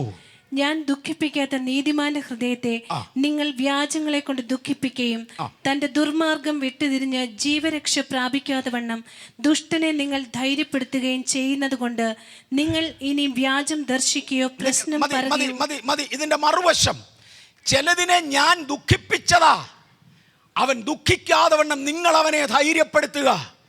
ഈ 2 ആശയങ്ങൾ സഭയുടെ മുമ്പിൽ വീണ്ടും വയ്ക്കണമെന്ന് പരിശുദ്ധാത്മാവ് ചില നാളുകളായി എന്നോട് പറയുന്നുണ്ട്. കഴിഞ്ഞ രാത്രിയിൽ വീണ്ടും പറഞ്ഞു. ഒന്ന്, ഞാൻ ദുഃഖിപ്പിക്കാത്തവനെ നിങ്ങൾ ദുഃഖിപ്പിച്ചു വ്യാജം പറഞ്ഞ്, അത് ഭയങ്കര ശാപമാണ്, ഞാനത് ശിക്ഷിക്കും. 2, തെറ്റ് ചെയ്തവനെ ശിക്ഷ അർഹിക്കുന്നവനെ നിങ്ങൾ പറഞ്ഞ് ധൈര്യപ്പെടുത്തി. പോട്ടെ ബ്രദറെ, കുഴപ്പമില്ല, എല്ലാവരും ഇങ്ങനെയൊക്കെ ആണെന്നേ, അവൻ എന്നാ പറഞ്ഞാലും എനിക്ക് വിഷയമല്ല, ഞാൻ നിന്റെ കൂടെ ഉണ്ടെന്നേ, വാ നമ്മൾ ഒരുമിച്ച് പോകയാ. ഞാൻ ദുഃഖിപ്പിച്ചവനെ, വ്യാജം പറഞ്ഞവനെ, തെറ്റ് ചെയ്തവനെ നിങ്ങൾ ധൈര്യപ്പെടുത്തി, നിങ്ങളവന് സപ്പോർട്ട് കൊടുത്തു.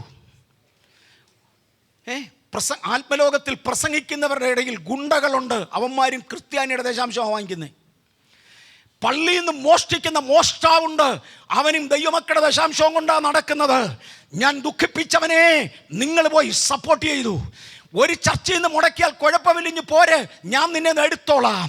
ഒരിടത്തുനിന്ന് പറഞ്ഞു വിട്ടെങ്കിൽ പ്രശ്നമില്ല, അങ്ങനെയൊക്കെ പറയും, ഞാൻ നിനക്ക് കൈ തരാം. ഞാൻ ദുഃഖിപ്പിച്ചിട്ടില്ലാത്തവനെ നീ ദുഃഖിപ്പിച്ചു. ഞാൻ ദുഃഖിപ്പിച്ച് മാറ്റേണ്ടതിനെ നിങ്ങൾ സപ്പോർട്ട് ചെയ്തു.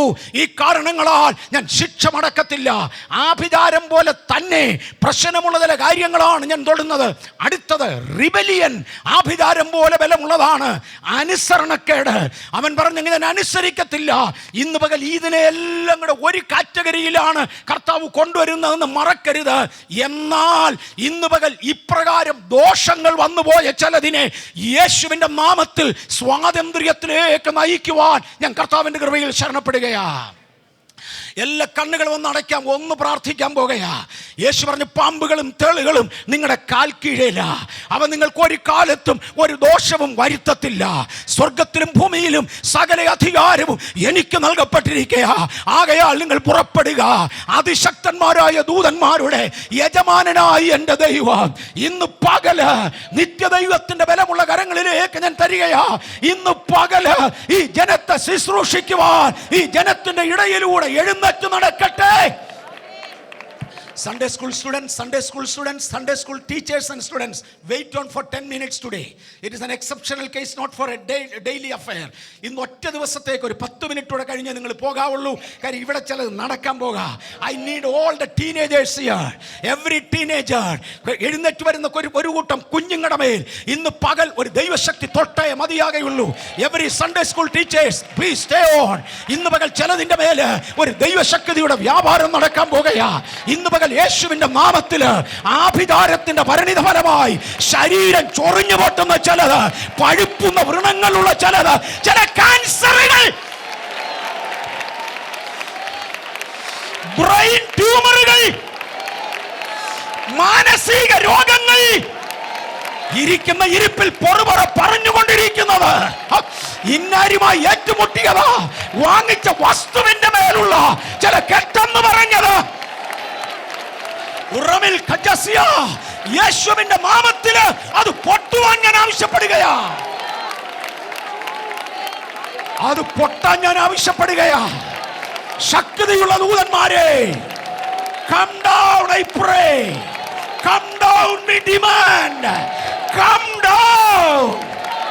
2016 ഫെബ്രുവരിയിലേക്ക് പ്രവേശിക്കുന്നതിന് മുന്നമേ ഒരു ശുദ്ധീകരണത്തോടെ, ഒരു അധികാരത്തോടെ സഭ കയറുവാൻ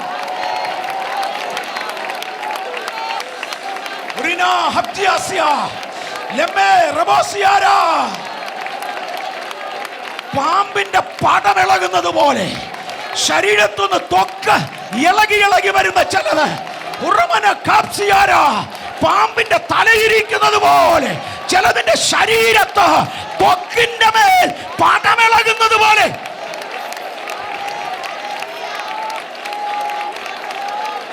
പക്ഷിബാധകൾ, ഭൂതപ്രേത വ്യാപാരങ്ങൾ, ദുർസ്വപ്നങ്ങള്, ഉറക്കത്തിൽ എഴുന്നേറ്റ് നടക്കുന്നത്, യേശുവിൻ നാമത്തിൽ കീഴടങ്ങ്.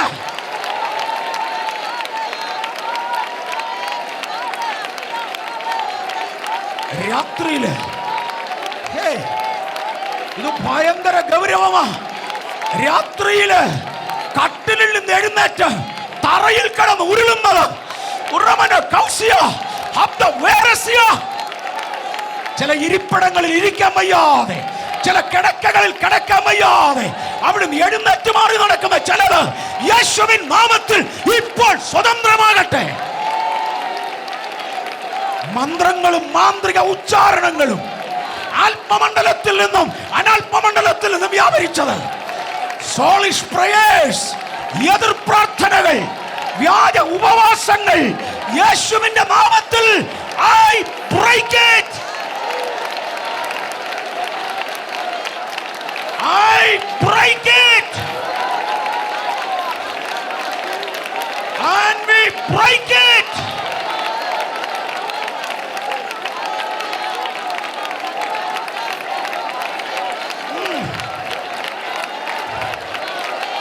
അത് യേശുവിന്റെ നാമത്തിൽ സംഭവിക്കാം.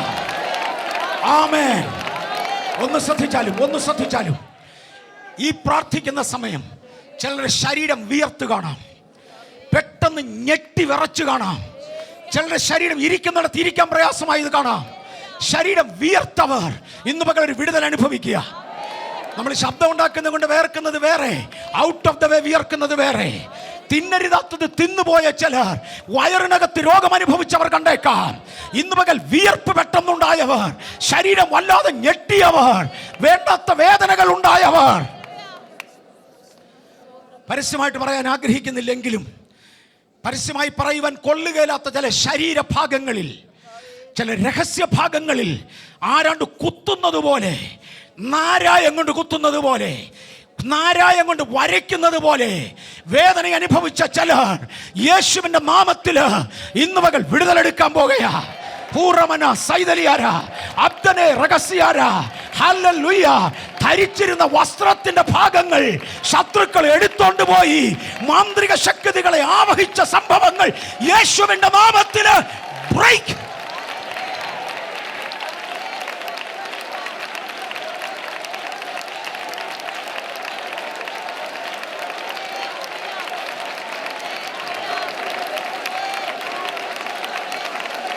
അത് വെളിപ്പെട്ടുവോ?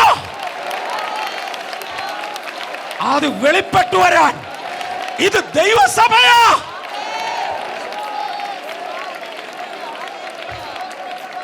ഹല്ലേലൂയ. ആ അനുഭവങ്ങളുള്ളവർ, ഞാൻ പല അനുഭവങ്ങൾ ഒരുമിച്ചാ പറഞ്ഞ, ഒന്നും രണ്ടും തന്നെയല്ല. പരസ്യമായി പറയാൻ പ്രയാസമുള്ളതും പറയാൻ പ്രയാസം ഇല്ലാത്തതുമായ പലതും. ശരീരം പെട്ടെന്ന് വല്ലാതെ വിയർത്തത് മുതൽ ഞെട്ടലുണ്ടായത്, ഭയമുണ്ടായത്, ഇരിക്കുന്ന ഇരിപ്പിൽ നിന്ന് പെട്ടെന്ന് ഞെട്ടിത്തെറിച്ചതുപോലെ തോന്നിയവർ മുതൽ അസഹനീയമായ വേദനകൾ അവിടെയും ഇവിടെ ഉണ്ടായവർ വരെ, ഈ അനുഭവങ്ങൾ ഉണ്ടായവർ ഒന്നെഴുന്നേറ്റ് വന്നു. അനുഭവങ്ങൾ ഉണ്ടായവർ ഒന്നെഴുന്നേറ്റ് വന്നു. ഇനിയും കാണണമല്ലോ. ഇത്രയും കൊണ്ടാണെങ്കിൽ അത്രയും പരിശുദ്ധ അവിടുത്തെ പറയത്തില്ല. അത്രയും പേര് മുന്നോട്ട്, നമ്മൾ ചില മിനിറ്റുകൾ മുൻപോട്ട് പോവുക, ചില മിനിറ്റുകൾ പോകാൻ. This is something very special. അത്രയും പേര് മുന്നോട്ട് പോരുക. സുനിൽ പാസ്റ്റർ ഓർമ്മിപ്പിച്ചത്, വിദ്യാഭ്യാസം മുതൽ പല മണ്ഡലങ്ങളിൽ വിടുതൽ പ്രതീക്ഷിച്ച് വന്നവരുണ്ട്. നിങ്ങൾക്ക് രണ്ടാമത് പ്രാർത്ഥിക്കാം. ഇതൊരു സീരിയസ് കേസാ. നിന്നതിനോടാകം ഞെട്ടിയവരെ, തെറിച്ചവര്, ഇരിക്കാൻ വയ്യാതായവര്, വേർത്തു വല്ലാതായവര്, ഇവിടെ ഇരിക്കാൻ വയ്യ പോകണമെന്ന് തോന്നിയവര്, ഒരു നിവൃത്തിയില്ലെന്ന് പറഞ്ഞവര്, അങ്ങനെയുള്ളവരെ ഞാൻ ഈ മുന്നോട്ട് വിളിക്കുന്നത് പറഞ്ഞാൽ ഇളകി തുടങ്ങിയതെന്ന് എന്ന് പറഞ്ഞാൽ ഇളകി തുടങ്ങിയത് ഇന്ന് പകൽ മുന്നോട്ട് വരികയാണ്. കർത്താവദാസന്മാരെ, തൻ്റെ ഇടത്തോടെ പ്രാർത്ഥിക്കാവുന്നവർ മാത്രം ഇവരുടെ പുറകിലോട്ട് വന്നിരുന്നു. It is a serious time, it's not an ordinary time. പൈശാചിക ശക്തികൾ ഇളകി നിൽക്കുക. ഫെബ്രുവരിയിലേക്ക് ഈ അഴുക്കിനെയും കൊണ്ട് പോകണ്ട. ഇന്ന് തിരിച്ചു പോകുമ്പോൾ ഈ വന്നതിനെയും കൊണ്ട് പോവുകയും വേണ്ട. ഇന്ന് പകലൊരു വ്യത്യാസം ഇവിടെ നടന്നു വേണം പോകാൻ. ഹല്ലേലൂയ. വെബ്കാസ്റ്റിലൂടെ ഞങ്ങളെ ശ്രദ്ധിക്കുന്നവരെ, വ്യത്യസ്ത മീഡിയകളിലൂടെ ഞങ്ങളെ ശ്രദ്ധിക്കുന്നവരെ, ഇന്ന് പകൽ നിങ്ങൾക്കൊരു വിടുതലുണ്ട്. ഇന്ന് പകൽ നിങ്ങൾക്കൊരു വിടുതലുണ്ട്. ഇന്ന് പകൽ ഇവിടെ ചിലത് നടക്കുമ്പോൾ ഈ ശബ്ദം റേഡിയേറ്റ് ചെയ്യുന്ന ഇടത്ത് ദൈവസന്നിധിയിൽ ഏൽപ്പിക്കപ്പെടുന്നവർ വിടുതലാകട്ടെ.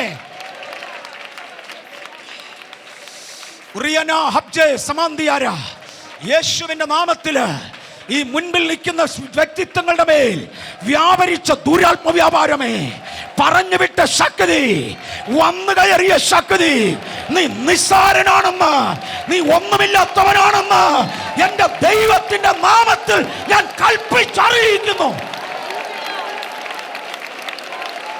ഈ ശക്തികൾ അഴിയോ, ഈ ശക്തികൾ അഴിയോ,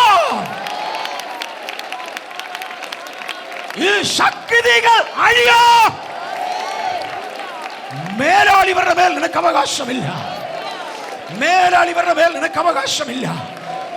നിൽക്കുന്നവർ വളരെ സീരിയസ് ആയി ദൈവസ്ഥലത്തിൽ നിന്നു.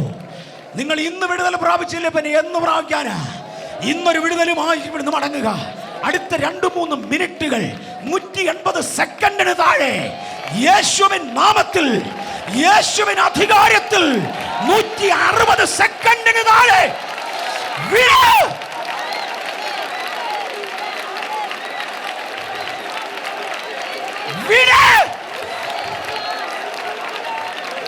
സെക്കൻഡുകൾക്കകം I rebuke you. Come out.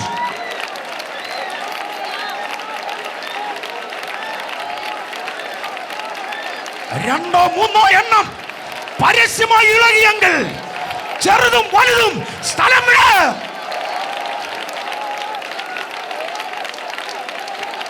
കർത്താവേ, അങ്ങ് ചെയ്യുന്ന വൻക്രിയയ്ക്കായി സ്തോത്രം.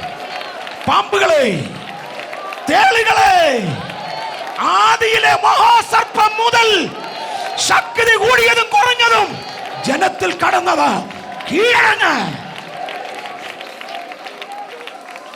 അത് യേശുവിന്റെ നാമത്തിൽ ജയിക്കട്ടെ. കർത്താവ് ചെയ്യുന്നതിനായി സ്തോത്രം. Thank you Jesus. യേശുവിന്റെ നാമത്തിൽ ആമേൻ. ദയവായി എത്രയും പേർക്ക് പറയി പോകാം. കർത്താവ് ഇതിന് ചെയ്തതിനായി സ്തോത്രം. വിസിബിളി ഒരെണ്ണം നിങ്ങൾ കണ്ടെങ്കിൽ ഇൻവിസിബിൾ ഒരുപാടെണ്ണം കണ്ടിട്ടുണ്ട്. ഒരിക്കൽ ചില മിനിറ്റുകൾ ഞാൻ തുടരാൻ പോയി. ഇന്നത്തെ Sunday school for time being call it off. Keep it suspended for time being. കാര്യം എനിക്ക് കുഞ്ഞുങ്ങളെ വേണമെന്ന്. പിള്ളേരെ, റിബലിയസ് പിള്ളേരെ ശ്രദ്ധിച്ച് കേൾക്ക്. ആഭിചാരത്തിന് തുല്യമായ ശാപമാണ് റിബലിയൻ. ദൈവം അകറ്റി നിർത്തിയവന് പോയി ക്ഷയിക്കാൻ കൊടുക്കുന്നവരെ ശ്രദ്ധിച്ച് കേൾക്ക്. ആഭിചാരത്തിന് തുല്യമായതാണിത്. ദൈവം ദുഃഖിപ്പിക്കാത്തവനെ ദുഃഖിപ്പിച്ചവനെ ശ്രദ്ധിച്ച് കേൾക്ക്. ആഭിചാരത്തിന് തുല്യമാണിത്. പൈശാചിക കെട്ടുകൾ നമ്മിലേക്ക് ഇത് കൊണ്ടുവരുന്നതാ. അതേസമയം ഞാൻ രണ്ടാം സൈഡിലേക്ക് തിരിയാൻ പോകുകയാ. ഇവിടെ അല്പം അവിടെ അല്പം, ഇടയ്ക്കിടയ്ക്കൊക്കെ അതും ഇടയ്ക്കിടയ്ക്ക് ഇതും. നോ, ദൈവസഭ ദൈവസഭയാ. അതിനകത്ത് പിശാചിന്റെ വക ഒന്നുമില്ല. രണ്ട് തോണിയിൽ കാലി വയ്ക്കാൻ സാധ്യമല്ല. പഴയ നിയമത്തിൽ വെട്ടിക്കൊന്നു, പുതിയ നിയമത്തിൽ ദൈവം അത് ചെയ്യാൻ പോകുകയാ. ഹല്ലേലൂയ. ഒരു കിദ്രോൻ തോട്, എന്തുവാ കിദ്രോൻ തോട്? കിദ്രോൻ തോട് ബാലിന്റെ പ്രവാചകന്മാരെ പിടിച്ച കൂട്ടത്തിൽ ഏലിയാവ് വിളിച്ചു പറയുന്ന ഒന്നാണ്, അവന്മാരിൽ ഒരെണ്ണം ചാടിപ്പോകരുത്.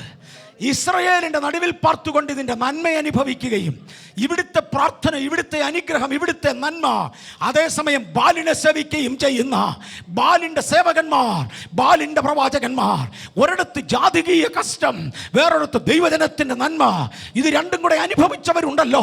യവന്മാരെ വിടരുത്. ഇന്ന് പകൽ അബദ്ധത്തിൽ എവിടെയെങ്കിലും തെറ്റുപറ്റിയവരുണ്ടെങ്കിൽ ദൈവസന്നിധിയിൽ നെടുവീർപ്പോടെ പറ, കഴിഞ്ഞു കർത്താവേ, കഴിഞ്ഞു. ഒരബദ്ധം പറ്റിയത് പോയി, മേലാൽ ഇല്ല. വീടിന് സ്ഥാനം കാണാൻ, ആ പ്രതിഷ്ഠയുടെ നേരം കാണാൻ ഞാൻ മുഹൂർത്തം നോക്കത്തില്ല. ഞാൻ മുഹൂർത്തം നോക്കത്തില്ല. എവിടെയെങ്കിലും ഒക്കെ പറ്റിയത് എന്നോട് ക്ഷമിക്കണം. നാള് നോക്കിയത് തെറ്റിപ്പോയി, മേലാൽ ഞാനത് ചെയ്യത്തില്ല. ഹോറോസ്കോപ്പ് നോക്കിയത് തെറ്റിപ്പോയി, നക്ഷത്രങ്ങളിലെ ദുർശക്തികളുമായി എനിക്ക് ബന്ധമില്ല. ഇന്ന് പകൽ ഏറ്റു പറയാനുള്ള ദൈവത്തോട് ഏറ്റു പറഞ്ഞു. സംഭവിച്ചത് സംഭവിച്ചു. കർത്താവേ, രക്തം കൊണ്ട് എന്നെ ഒന്നുകൂടെ കഴുകണേ. പഴയ നിയമത്തിലായിരുന്നു രക്ഷപ്പെടത്തില്ല. ഇന്ന് പകൽ പലതും എറിഞ്ഞു വീണേനെ. എന്നാൽ പുതിയ നിയമത്തിലാകയാൽ ഇന്ന് പകൽ മാനസാന്തരത്തിന് ദൈവം ഒരു അവസരം കൂടെ തരികയാണെന്ന് കരുതിക്കോ. തുടർന്നതിനകത്ത് തുടരുവാൻ താല്പര്യപ്പെടുന്നവരുണ്ടെങ്കിൽ യേശുവിൻ്റെ നാമത്തിൽ ആ ദൈവിക ശിക്ഷ അവരുടെ മേൽ ഉണ്ടാകുമെന്ന് മറക്കരുത്. ഞാൻ അവരെ ശിക്ഷിക്കാൻ പോകല്ല, ആരുടെ മേലും ശിക്ഷ വരാൻ ആവശ്യപ്പെടാൻ പോകല്ല. ഞാൻ പറയാതെ ശിക്ഷ വന്നു കഴിഞ്ഞതാ. അത് ദൈവവചനത്തിന്റെ തത്വമാ. കർത്താവ് ഒരിക്കലും ഇങ്ങനെ പറഞ്ഞായിരുന്നു, നിങ്ങൾ വിധിക്കപ്പെടാതിരിക്കാൻ ആരെയും വിധിക്കരുത്. എന്നോട് പലരും പറയാറുണ്ട്, ആരെയും വിധിക്കരുത്. പക്ഷേ കുലപാതകി നരകത്തിൽ പോകുമെന്ന് ഞാനല്ല വിധിച്ചത്, ബൈബിളാ. വ്യഭിചാരി നരകത്തിലായിരിക്കുമെന്ന് വിധിച്ചത് ഞാനല്ല, ബൈബിളാ. ഞാൻ ആരെയും വിധിക്കുന്നില്ല. ബൈബിളിലെ വിധി തിരുത്താൻ എനിക്ക് ഒക്കത്തുമില്ല. മണ്ണിൽ ആരെക്കൊണ്ടും തിരുവചനത്തിന്റെ വിധി തിരുത്താൻ ഒക്കത്തില്ല. അയോഗ്യമായി ഇത് ചെയ്യാതെ ഇന്ന് പകൽ അബദ്ധം പറ്റിയെങ്കിൽ ക്ഷമിക്കണം ദൈവമേ എന്ന് ദൈവസന്നിധിയിൽ ഒന്ന് ഏറ്റു പറയാം. റിബലിയനികളെ, കുഞ്ഞുങ്ങളെ, റിബലിയനികളെ, ദൈവം നിങ്ങളോട് ക്ഷമിക്കട്ടെ. ഇന്ന് പകൽ ദൈവം ക്ഷമിക്കട്ടെ. നിങ്ങൾ ദൈവത്തോട് ക്ഷമ ചോദിക്കൂ. ഹല്ലേലൂയ. ഓക്കെ, ചില മിനിറ്റുകളിലൂടെ ഞാൻ തിരുവചനത്തിൽ തുടരാൻ പോകുകയാണ്. ഗ്രഹബിംബങ്ങളെ ഉപയോഗിച്ച് ആഭിചാര ശക്തികൾ നടത്തിയ ഒരു വിഭാഗത്തെ പഴയ നിയമത്തിൽ കാണാം. ഫെമിലിയർ സ്പിരിറ്റ്സ്, കുലദേവതകൾ. എനിക്കൊരു കുലദേവത, അത് പറയുമ്പോൾ ഞാൻ ഒരു ഗൗരവമുള്ള കാര്യം തൊടാൻ പോവാം. സുനിൽ പാസ്റ്റർ ഇവിടെ ഇരിപ്പുണ്ട്, എൻ്റെ മൂത്ത മോന. ഞാനിതിനു മുമ്പേ പല ആവർത്തി ഇവിടെ തൊട്ടിട്ടുള്ളതാ, ഒന്നുകൂടെ പറയാൻ പോവാം. ഒത്തിരി നേരം ഞാൻ എടുക്കത്തില്ല. കുലദേവത എന്ന വാക്കിൽ നിന്നുകൊണ്ട് അറിയാതെ ചെയ്യുന്ന ചിലതിനെ തൊടുക. എനിക്ക് കുഞ്ഞ് ജനിച്ചു, എൻ്റെ മൂത്ത മകൻ ജനിച്ചു. 3 മാസം കഴിഞ്ഞാൽ കുഞ്ഞിനെ കാണാൻ പോകാൻ എനിക്ക് അവധി കിട്ടിയത്. ഞാൻ അന്ന് എയർഫോഴ്സിൽ സെർവ് ചെയ്യാം. 3 മാസം കഴിഞ്ഞ് കുഞ്ഞിനെ കാണാനായിട്ട് ഞാൻ തിരുവല്ലയിലെത്തി. എൻ്റെ ഭാര്യയുടെ വീട്ടിൽ തിരുവല്ലയിൽ ഈ കുഞ്ഞുമായിട്ടുണ്ട്, എനിക്കറിയാം. ഞാൻ കുഞ്ഞിനെ കാണാൻ വേണ്ടി അങ്ങോട്ട് പോകുന്ന സമയത്ത് തിരുവല്ലയിൽ ഒരു കർത്താവിൻ്റെ ദാസൻ, രാജൻബാബു, ഒരു നല്ല ആത്മീയനാണ്. അദ്ദേഹം തിരുവല്ലയിലുണ്ടായിരുന്നു. എന്നോട് ചോദിച്ചു, അച്ഛാ എന്നാ അതിലെന്ന് ചോദിച്ചാൽ പറഞ്ഞു, ഞാനിങ്ങനെ ഒരു കുഞ്ഞുണ്ട്, കുഞ്ഞിനെ കാണാൻ വന്നാന്ന് പറഞ്ഞു. ഒയ്യോ, എന്നാൽ ഞാനും വരുന്നു. എൻ്റെ കുഞ്ഞിനെ കാണാൻ രാജൻബാബു ചുമ്മാ എൻ്റെ കൂടെ വന്നു. രാജൻബാബു അന്ന് രാജൻബാബു എൻ്റെ കൂടെ വന്നു. കുഞ്ഞിനെ എൻ്റെ കയ്യിൽ കൊണ്ടു തന്നു. ഇവൻ്റെ അരയ്ക്ക് ഒരു കറുത്ത ചരട് കെട്ടിയിട്ടുണ്ടായിരുന്നു. സുനിൽ പാസ്റ്ററുടെ. ഞാൻ ചരടും ശ്രദ്ധിച്ചില്ല, കളറും ശ്രദ്ധിച്ചില്ല. എനിക്കതൊരു കാര്യമേ അല്ലായിരുന്നു. ഞാൻ കുഞ്ഞിനെ ശ്രദ്ധിച്ചു. കാക്കയ്ക്കും തങ്കുഞ്ഞ് പൊങ്കുഞ്ഞല്ലേ, എൻ്റെ കാര്യം ചോദിക്കാനുണ്ടോ? നല്ല കുഞ്ഞ്. പക്ഷേ രാജൻബാബു അരക്കത്തെ ചരട് ശ്രദ്ധിച്ചു. കുഞ്ഞിൻ്റെ 2 ഉമ്മയൊക്കെ കൊടുത്ത് കഴിഞ്ഞ ശേഷം രാജൻബാബു എന്നോട് ചോദിച്ചു, അച്ഛാ എന്തിനായി ഈ കറുത്ത ചരട്? ഞാൻ ആർക്കറിയാം.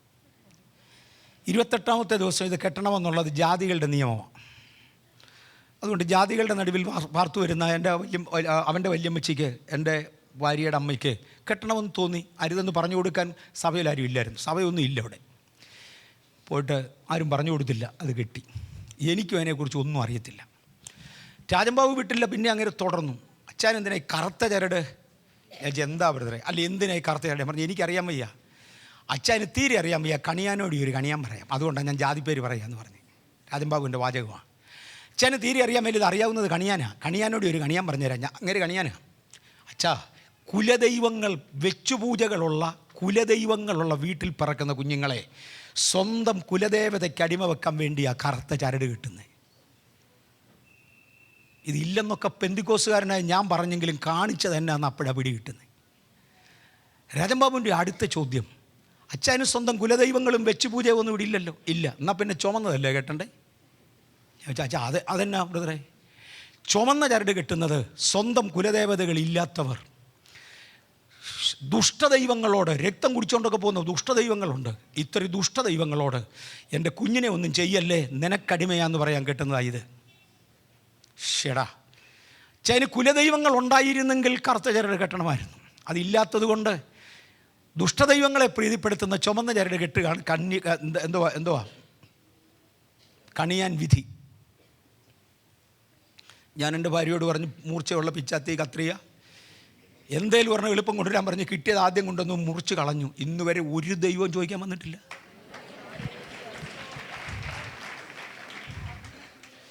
നിങ്ങളറിയാതെ സേവിക്കുന്നതിനെ ഇടയ്ക്കിടയ്ക്ക് തൊടുന്നത് നല്ലതല്ലേ? ഇത് എന്തിന് എൻ്റെ കുഞ്ഞിന്? ഇതെന്തിന് എൻ്റെ ശരീരത്ത്? ഇന്ന് പല പിള്ളേരും പറഞ്ഞാൽ കേൾക്കുകയില്ല. പണ്ട് അടിമ വെച്ചപ്പോൾ ഇതാരും ഓർത്തില്ലല്ലോ.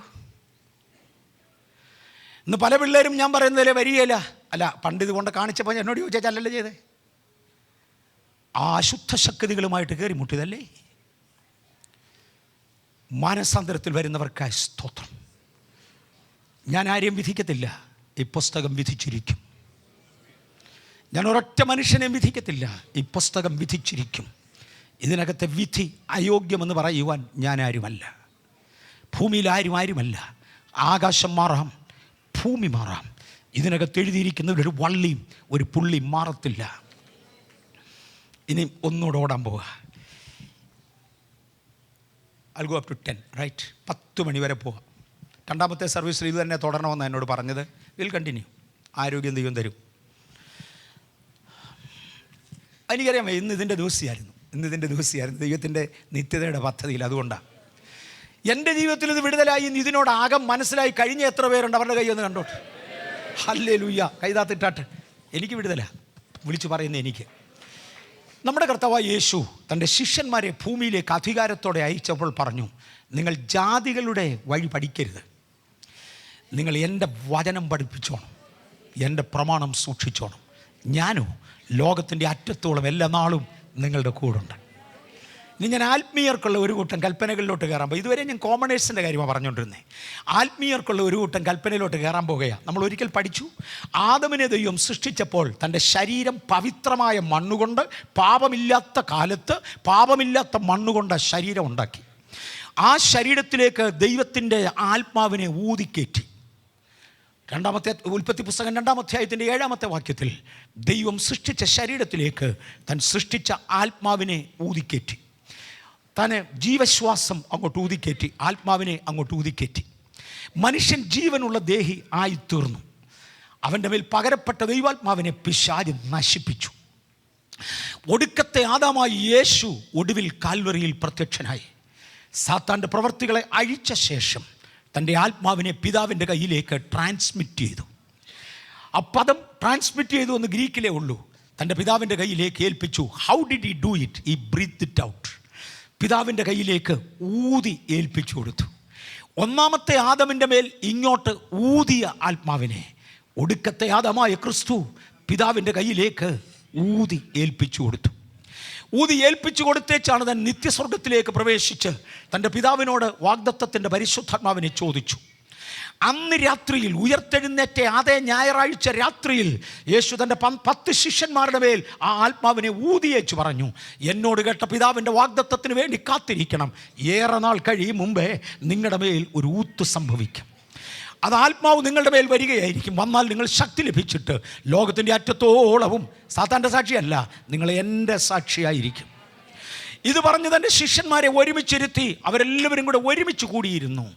അപ്പോസ്തല പ്രവൃത്തികളുടെ പുസ്തകം 2-ാമത്തെ അധ്യായത്തിലേക്ക് വരുമ്പോൾ പെന്തക്കോസ് നാൾ പൂർണ്ണമായി വന്നപ്പോൾ എന്ന് പറഞ്ഞാൽ ദൈവം തീരുമാനിച്ച ദിവസമായപ്പോൾ, ദൈവത്തിന് എല്ലാത്തിനും ഒരു കാലക്കണക്കുണ്ട് കേട്ടോ, എല്ലാത്തിനും ഒരു കാലക്കണക്കുണ്ട്. എന്താ കഴിഞ്ഞ ആഴ്ച ഇത് പറയാഞ്ഞേ? ദൈവിക ഘടികാരത്തിൽ ഈ ആഴ്ചയാണ് സമയം തെറഞ്ഞത്. ഇടയ്ക്കൂടെ കയറുന്നു. വസ്തു സംബന്ധമായ കേസിലെ മണ്ണ് വാരിക്കൊണ്ടുപോയി മാന്ത്രിക ശക്തികളെ ഉച്ചരിച്ച് തിരിച്ചുകൊണ്ട മണ്ണിങ്ങനെ എറിയുന്ന ഒരു കാഴ്ച കാണാം.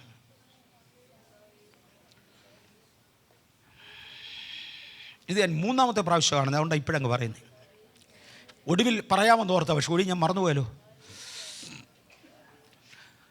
അങ്ങനെ കൊണ്ട് എറിഞ്ഞത് മുതൽ പല്ല് ഇളിച്ച് കടിച്ച ഒരു രൂപം ഇടയ്ക്കിടയ്ക്ക് മുന്നേ വന്ന് നിൽക്കുന്നവരുമുണ്ട്.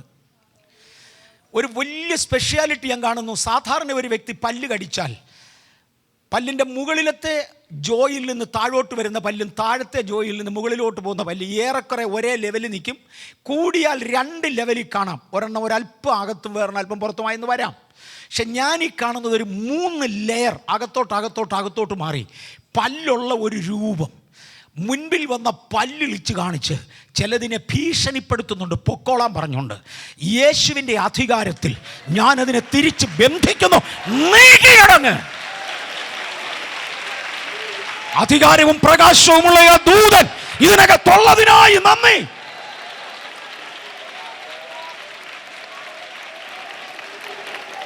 ഹല്ലേലൂയ. ഓൾറൈറ്റ്, മടങ്ങി വരട്ടെ. യേശു തൻ്റെ ശിഷ്യന്മാരോട് ഒരുമിച്ചിരിക്കാൻ പറഞ്ഞവർ ഒരുമിച്ചിരുന്നു. പിതാവായ ദൈവം ഒരൊറ്റ ഊത്ത് അവരുടെ മേൽ ഊതി. പെട്ടെന്ന് കൊടിയ കാറ്റടിക്കുന്നത് പോലെ, പിതാവ് ഒരു ഊത്തൂതിയാൽ നിസ്സാരമല്ല, കൊടിയ കാറ്റടിക്കുന്നത് പോലെ ഒരു ഭയങ്കര മുഴക്കം ആ വീടിന് അവർ കൂടിയിരുന്നിടത്തുണ്ടായി. ഓരോരുത്തരെ വന്ന് നിറയ്ക്കാൻ തുടങ്ങി. എല്ലാവരും ആത്മാവ് നിറഞ്ഞവരായി. പരിശുദ്ധാത്മാവ് ഉച്ചരിപ്പാൻ കൊടുത്തതുപോലെ അന്യഭാഷകളിൽ സംസാരിച്ചു തുടങ്ങി. ഇന്ന് പകൽ എല്ലാവരും ഒരുപോലെ അന്യഭാഷകളിൽ സംസാരിച്ചു തുടങ്ങിയെങ്കിൽ ഇന്ന് അനേക ക്രിയകൾ കൊണ്ട് അത് തുടരുകയാ. കേവലം തുടക്കം ഒരു അന്യഭാഷയിലായിരുന്നു. തുടർച്ച അത്ഭുതങ്ങളാലും അടയാളങ്ങളാലും വീര്യപ്രവർത്തികളാലും വിടുതലുകളാലും എല്ലാരും ചേർന്ന് പറഞ്ഞോ, വിടുതലുകളാലും. വീണ്ടും ആദ്യം തുടങ്ങി, അത്ഭുതങ്ങളാലും അടയാളങ്ങളാലും വീര്യപ്രവർത്തികളാലും പലയിനം വിടുതലുകളാലും വിദ്യാഭ്യാസ മണ്ഡലത്തിലെ വിടുതൽ, ബിസിനസ് മണ്ഡലത്തിലെ വിടുതൽ, കുടുംബ ഐക്യതയുടെ വിടുതൽ, വാഹന അപകടത്തിന്റെ വിടുതൽ, ഇന്ന് പകൽ വിടുതലുകളാലും സഭയിൽ തുടർന്നുകൊണ്ടിരിക്കുക. ഹല്ലേലൂയ. യേശു തന്റെ ശിഷ്യന്മാരോട് പറഞ്ഞു, ഞാനേ ലോകത്തിന്റെ അവസാനത്തോളം എല്ലാ നാളും നിങ്ങളോട് കൂടെയുണ്ട്. യേശു എല്ലാ നാളും എന്റെ കൂടെ ഉണ്ട്. ഒരുപാട് പൈശാചിക ശക്തികൾ സ്ഥലം വിടാൻ തീരുമാനിച്ചു കഴിഞ്ഞു. കാര്യം നിങ്ങളും ഞാനും തിരിച്ചറിഞ്ഞു, യേശു കൂടെയുണ്ട്.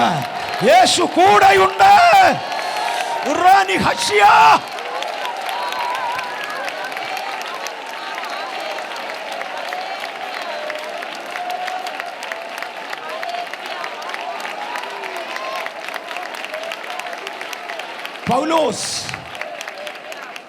വെളിച്ചപ്പാടത്തിയിൽ ഉണ്ടായിരുന്ന ആത്മാവിനെ കണ്ട് മുഷിഞ്ഞു. ഒരു ദിവസം മുഷിഞ്ഞു.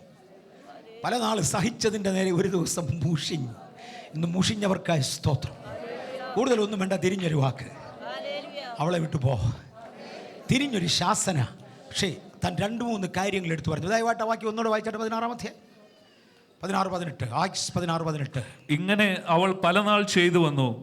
പൗലോസ് മുഷിഞ്ഞു തിരിഞ്ഞു നോക്കി അവളിലുള്ള ഭൂതത്തോട്, അവളെ വിട്ടുപോകുവാൻ ഞാൻ യേശുക്രിസ്തുവിന്റെ നാമത്തിൽ നിന്നോട് കൽപ്പിക്കുന്നു എന്ന് പറഞ്ഞു. നിൽക്കട്ടെ, ഞാൻ യേശുവിൻ്റെ നാമത്തിൽ നിന്നോട് കൽപ്പിക്കുന്നു, ഇവളെ വിട്ടുപോകും. ആജ്ഞ ക്ലിയറാ, അഡ്രസ് ക്ലിയറാ, അധികാര സൂചന ക്ലിയറാ, പറയുന്ന വ്യക്തിത്വം ക്ലിയറാ. ഞാൻ നിന്നോട്. യേശു പലതിനോട് സംസാരിക്കുമ്പോൾ സഭയിൽ നിന്നങ്ങ് പോകാൻ പറഞ്ഞില്ല, സഭയെ പ്രതിയാക്കിയൊന്നും പറഞ്ഞില്ല. ഞാനാ പറയുന്നേ. ഇന്ന് പകൽ സഭയുടെ ബാക്ക്ഗ്രൗണ്ടിൽ നിന്നുകൊണ്ട് പറയാൻ കർത്താവ് എനിക്ക് തരുന്ന പദവി ഞാൻ ഉപയോഗിച്ചു.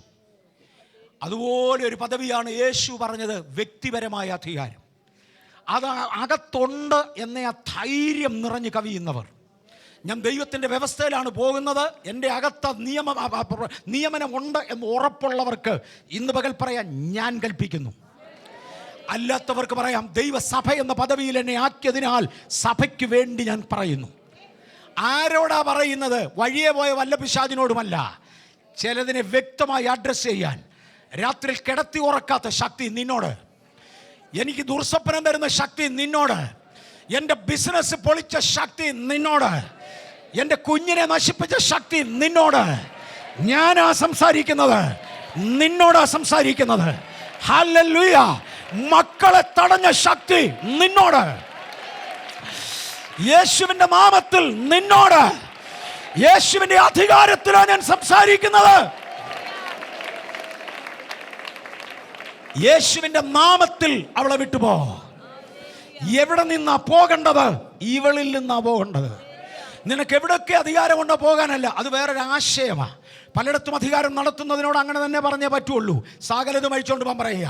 എന്നാൽ അറിയാവുന്നവർ പറ, എൻ്റെ ഇന്ന മണ്ഡലത്തിൽ നിന്ന് വിട്ടുപോ, പോകാൻ ഞാൻ നിന്നോട് ആവശ്യപ്പെടുക. ഏതാ ഞാൻ ഉപയോഗിക്കുന്ന നാമം? യേശുവിൻ്റെ നാമമാ.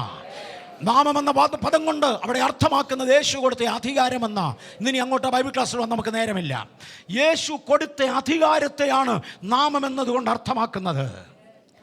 ഞാൻ അങ്ങും ഇഞ്ഞുമൊക്കെ പറഞ്ഞിട്ടുണ്ട്. സാംഗ്ലിയാന സാർ ഇവിടെ കമ്മീഷനായിരുന്ന സമയത്ത്, പോലീസ് കമ്മീഷണറായി ST സാംഗ്ലിയാന സാർ ഇടുന്ന സമയത്ത്, ചില അത്യാവശ്യം സാധിക്കാൻ അദ്ദേഹത്തിൻ്റെ അടുക്ക പോയിട്ടുണ്ട്. എനിക്ക് അന്ന് ഇന്നും അദ്ദേഹത്തോട് അത്രയും ബഹുമാനമുള്ളതിൻ്റെ ഒരു കാരണം അതാ. അദ്ദേഹം എന്നെ പറഞ്ഞു വിടുമ്പോൾ ചിലപ്പോൾ പറയായിരുന്നു, use my name, take my name, use my name. പോയി പറയും സാംഗ്ലിയാന സാർ പറഞ്ഞതാ. അത് നടന്നേച്ചേ വന്നിട്ടുള്ളൂ, നടക്കാൻ വന്നിട്ടില്ല. കാര്യം അധികാരമുള്ളവൻ്റെ വാക്ക, അധികാരമുള്ളവൻ്റെ വാക്ക. Use my name, take my name. സാറിൻ്റെ അധികാരം ചില വർഷങ്ങളിലേക്ക് മാത്രം കർണാടകത്തിലെ കമ്മീഷണറുടെ കസേരയിൽ ഒതുങ്ങി നിന്നതാ. പക്ഷെ ഈ അധികാരം തന്നത് is a great commission. Hallelujah.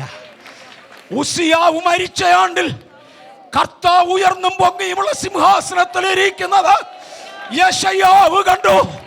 യെശയ്യാവേ, രാജാക്കന്മാർ മരിക്കും, കസേര കാലിയാകും, ഞാനോ അനാദിയായി ശാശ്വതമായി ദൈവമോ.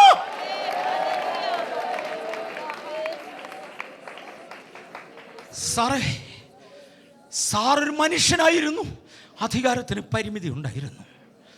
ഇത് സകലത്തെയും സൃഷ്ടിച്ച ദൈവമാണ്, അധികാരത്തിന് പരിധിയില്ല.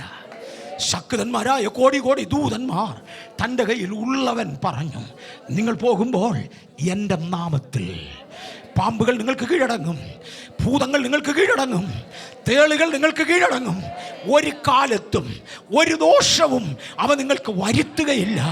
ഇന്ന് പകൽക്കാലം ആരൊക്കെയാണ് ഈ വിടുതൽ പ്രതീക്ഷിക്കുന്നത്? അവരുടെ മേൽ ഇന്നൊരു വിടുതൽ നടക്കട്ടെ. എവിടെയെങ്കിലും ജീവിതത്തിൽ പെശക് പറ്റിയവർ ഉറച്ച നിലവിളിയോടെ മടങ്ങി വരിക.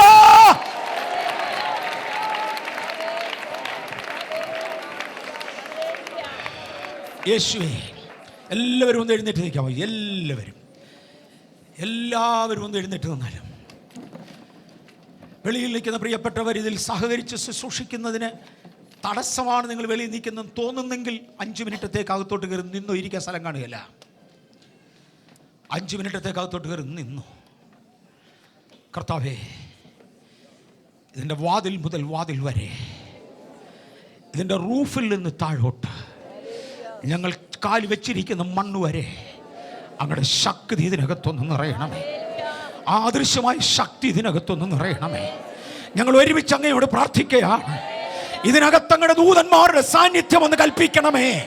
ശക്തിയേറിയ ദൂതന്മാരെ, പ്രഭാവാന്മാരായ ദൂതന്മാരെ, രക്ഷിക്കപ്പെടുന്നവരുടെ സേവകൻ മക്കൾ മുതൽ വാഴ്ചകളും അധികാരങ്ങളും വരെ, ഹല്ലേലൂയ, കർത്തൃത്വങ്ങളെ, സിംഹാസനങ്ങളെ യേശുവിന് പകരമായി ഇന്ന് പകൽ ഞങ്ങൾ കൽപ്പിക്കുമ്പോൾ ഇവിടെ അത്ഭുതം നടക്കുവാൻ, ഒരു ദൈവിക വിടുതൽ നടക്കേണ്ടതിന് നിങ്ങൾ നിങ്ങളുടെ സ്ഥാനങ്ങളിലേക്ക് ഇറങ്ങി നിൽക്കുക. കർത്താവേ, ഞങ്ങളുടെ മക്കളാകുന്ന ഞങ്ങളുടെ സ്ഥാനങ്ങളിലേക്ക് ഇറങ്ങി നിന്നെ ഓക്യുപ്പൈ ചെയ്യുന്നു. ഇന്ന് പകൽ വ്യാപരിക്കുന്ന പ്രത്യേക അധികാരത്തിൽ അന്ധകാര വ്യാപാര ശക്തികൾ ഈ സമയം കെട്ടഴിഞ്ഞു പോകുവാൻ, മാന്ത്രിക കെട്ടുകൾ കെട്ടഴിയുവാൻ, പുറകെ വന്ന് അലട്ടുന്ന ശക്തികൾ പിന്മാറുവാൻ, ബന്ധിക്കപ്പെടേണ്ടത് ബന്ധിക്കപ്പെടുവാൻ യേശുവിൻ നാമത്തിൽ ഞാൻ കൽപ്പിക്കുന്നു.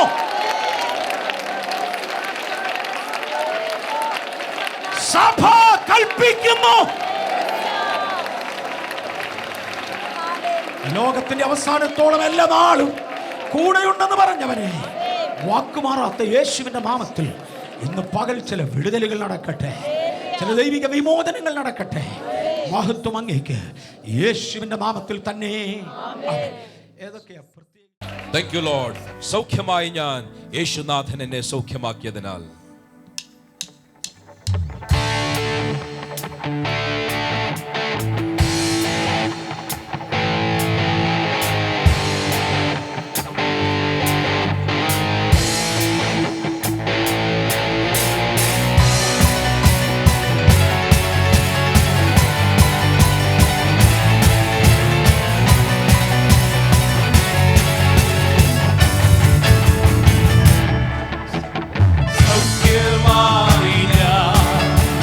സൗഖ്യമായി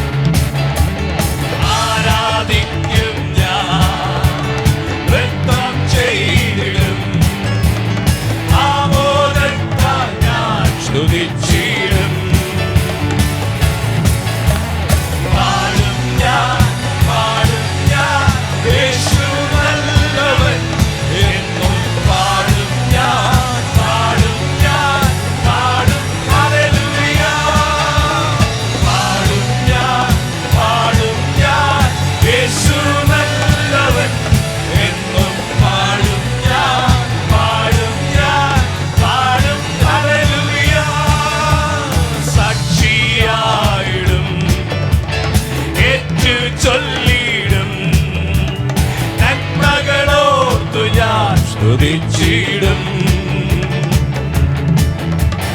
സാക്ഷിയായിടും, ഏറ്റു ചൊല്ലിടും, നന്മകളോർത്തു ഞാൻ സ്തുതിച്ചിടും. പാടും ഞാൻ, പാടും ഞാൻ, യേശു നല്ലവൻ. എന്നും പാടും ഞാൻ, പാടും ഞാൻ, പാടും ഹല്ലേലൂയ. പാടും ഞാൻ, പാടും ഞാൻ, യേശു നല്ലവൻ. എന്നും പാടും ഞാൻ, പാടും ഞാൻ, പാടും ഹല്ലേലൂയ. പുതിയൊരു ജീവിതം യേശു തന്നു. പുതിയൊരു ജീവിതം ദൈവം തന്നല്ലോ, നന്ദിയോടെ ആസ്വദിക്കും ഞാൻ. പുതിയൊരു ജീവിതം ദൈവം തന്നല്ലോ, നന്ദിയോടെ ആസ്വദിക്കും ഞാൻ. പാടും ഞാൻ, പാടും ഞാൻ, യേശു നല്ലവൻ. എന്നും പാടും ഞാൻ, പാടും ഞാൻ, പാടും ഹല്ലേലൂയ. പാടും ഞാൻ, പാടും ഞാൻ, യേശു നല്ലവൻ. എന്നും പാടും ഞാൻ, പാടും ഞാൻ, പാടും ഹല്ലേലൂയ. ആരാധിക്കും ഞാൻ, ആരാധിക്കും ഞാൻ, നൃത്തം ചെയ്തിടും, ആമോദത്താൽ ഞാൻ സ്തുതിച്ചിടും. ഹല്ലേലൂയ. ആരാധിക്കും ഞാൻ, നൃത്തം ചെയ്തിടും, ആമോദത്താൽ ഞാൻ സ്തുതിച്ചിടും. ഹല്ലേലൂയ. പാടും ഞാൻ, പാടും ഞാൻ, യേശു നല്ലവൻ. എന്നും പാടും ഞാൻ, പാടും ഞാൻ, പാടും ഹല്ലേലൂയ. പാടും ഞാൻ, പാടും ഞാൻ, യേശു നല്ലവൻ. എന്നും പാടും ഞാൻ, പാടും ഞാൻ, പാടും ഹല്ലേലൂയ. പാടും ഞാൻ, പാടും ഞാൻ, യേശു നല്ലവൻ. എന്നും പാടും ഞാൻ, പാടും ഞാൻ, പാടും ഹല്ലേലൂയ. പാടും ഞാൻ, പാടും ഞാൻ, യേശു നല്ലവൻ. എന്നും പാടും ഞാൻ, പാടും ഞാൻ, പാടും ഹല്ലേലൂയ. ആമേൻ. പാടും ഞാൻ, പാടും ഞാൻ, യേശു Glory to God, oh Jesus, ഞാൻ പാടും ഹല്ലേലൂയ. ഞങ്ങളുടെ കർത്താവും ദൈവവുമേ, ഞങ്ങൾക്ക് തന്ന എല്ലാ നല്ല ദാനങ്ങൾക്കായും നന്ദി. ഇന്ന് പകൽ ഇവിടെ വ്യാപരിച്ച ദൈവശക്തിയുടെ വലിപ്പത്തിനായി സ്തോത്രം. അങ്ങയുടെ സാന്നിധ്യം ഇവിടെ തുടരുന്നതിനായി നന്ദി. കൃപയിൽ അങ്ങയുടെ കുഞ്ഞുങ്ങളെ പറഞ്ഞയക്കണേ. മഹത്വം കർത്താവിന്. യേശുവിൻ്റെ നാമത്തിൽ തന്നെ. പിതാവായ ദൈവത്തിൻ്റെ സ്നേഹവും നമ്മുടെ കർത്താവായ യേശു ക്രിസ്തുവിൻ്റെ കൃപയും പരിശുദ്ധാത്മാവാകുന്ന ദൈവത്തിൻ്റെ കാവലും കൂട്ടായ്മയും നമ്മോട് ഓർത്ത് പ്രാർത്ഥിപ്പാൻ കടംപെട്ട ആവശ്യങ്ങളോടും കൂടെ ഇന്നു മുതൽ എന്നേക്കും കർത്താവിൻ്റെ വരവ് വരെ ഉണ്ടായിരിക്കുമാറാകട്ടെ.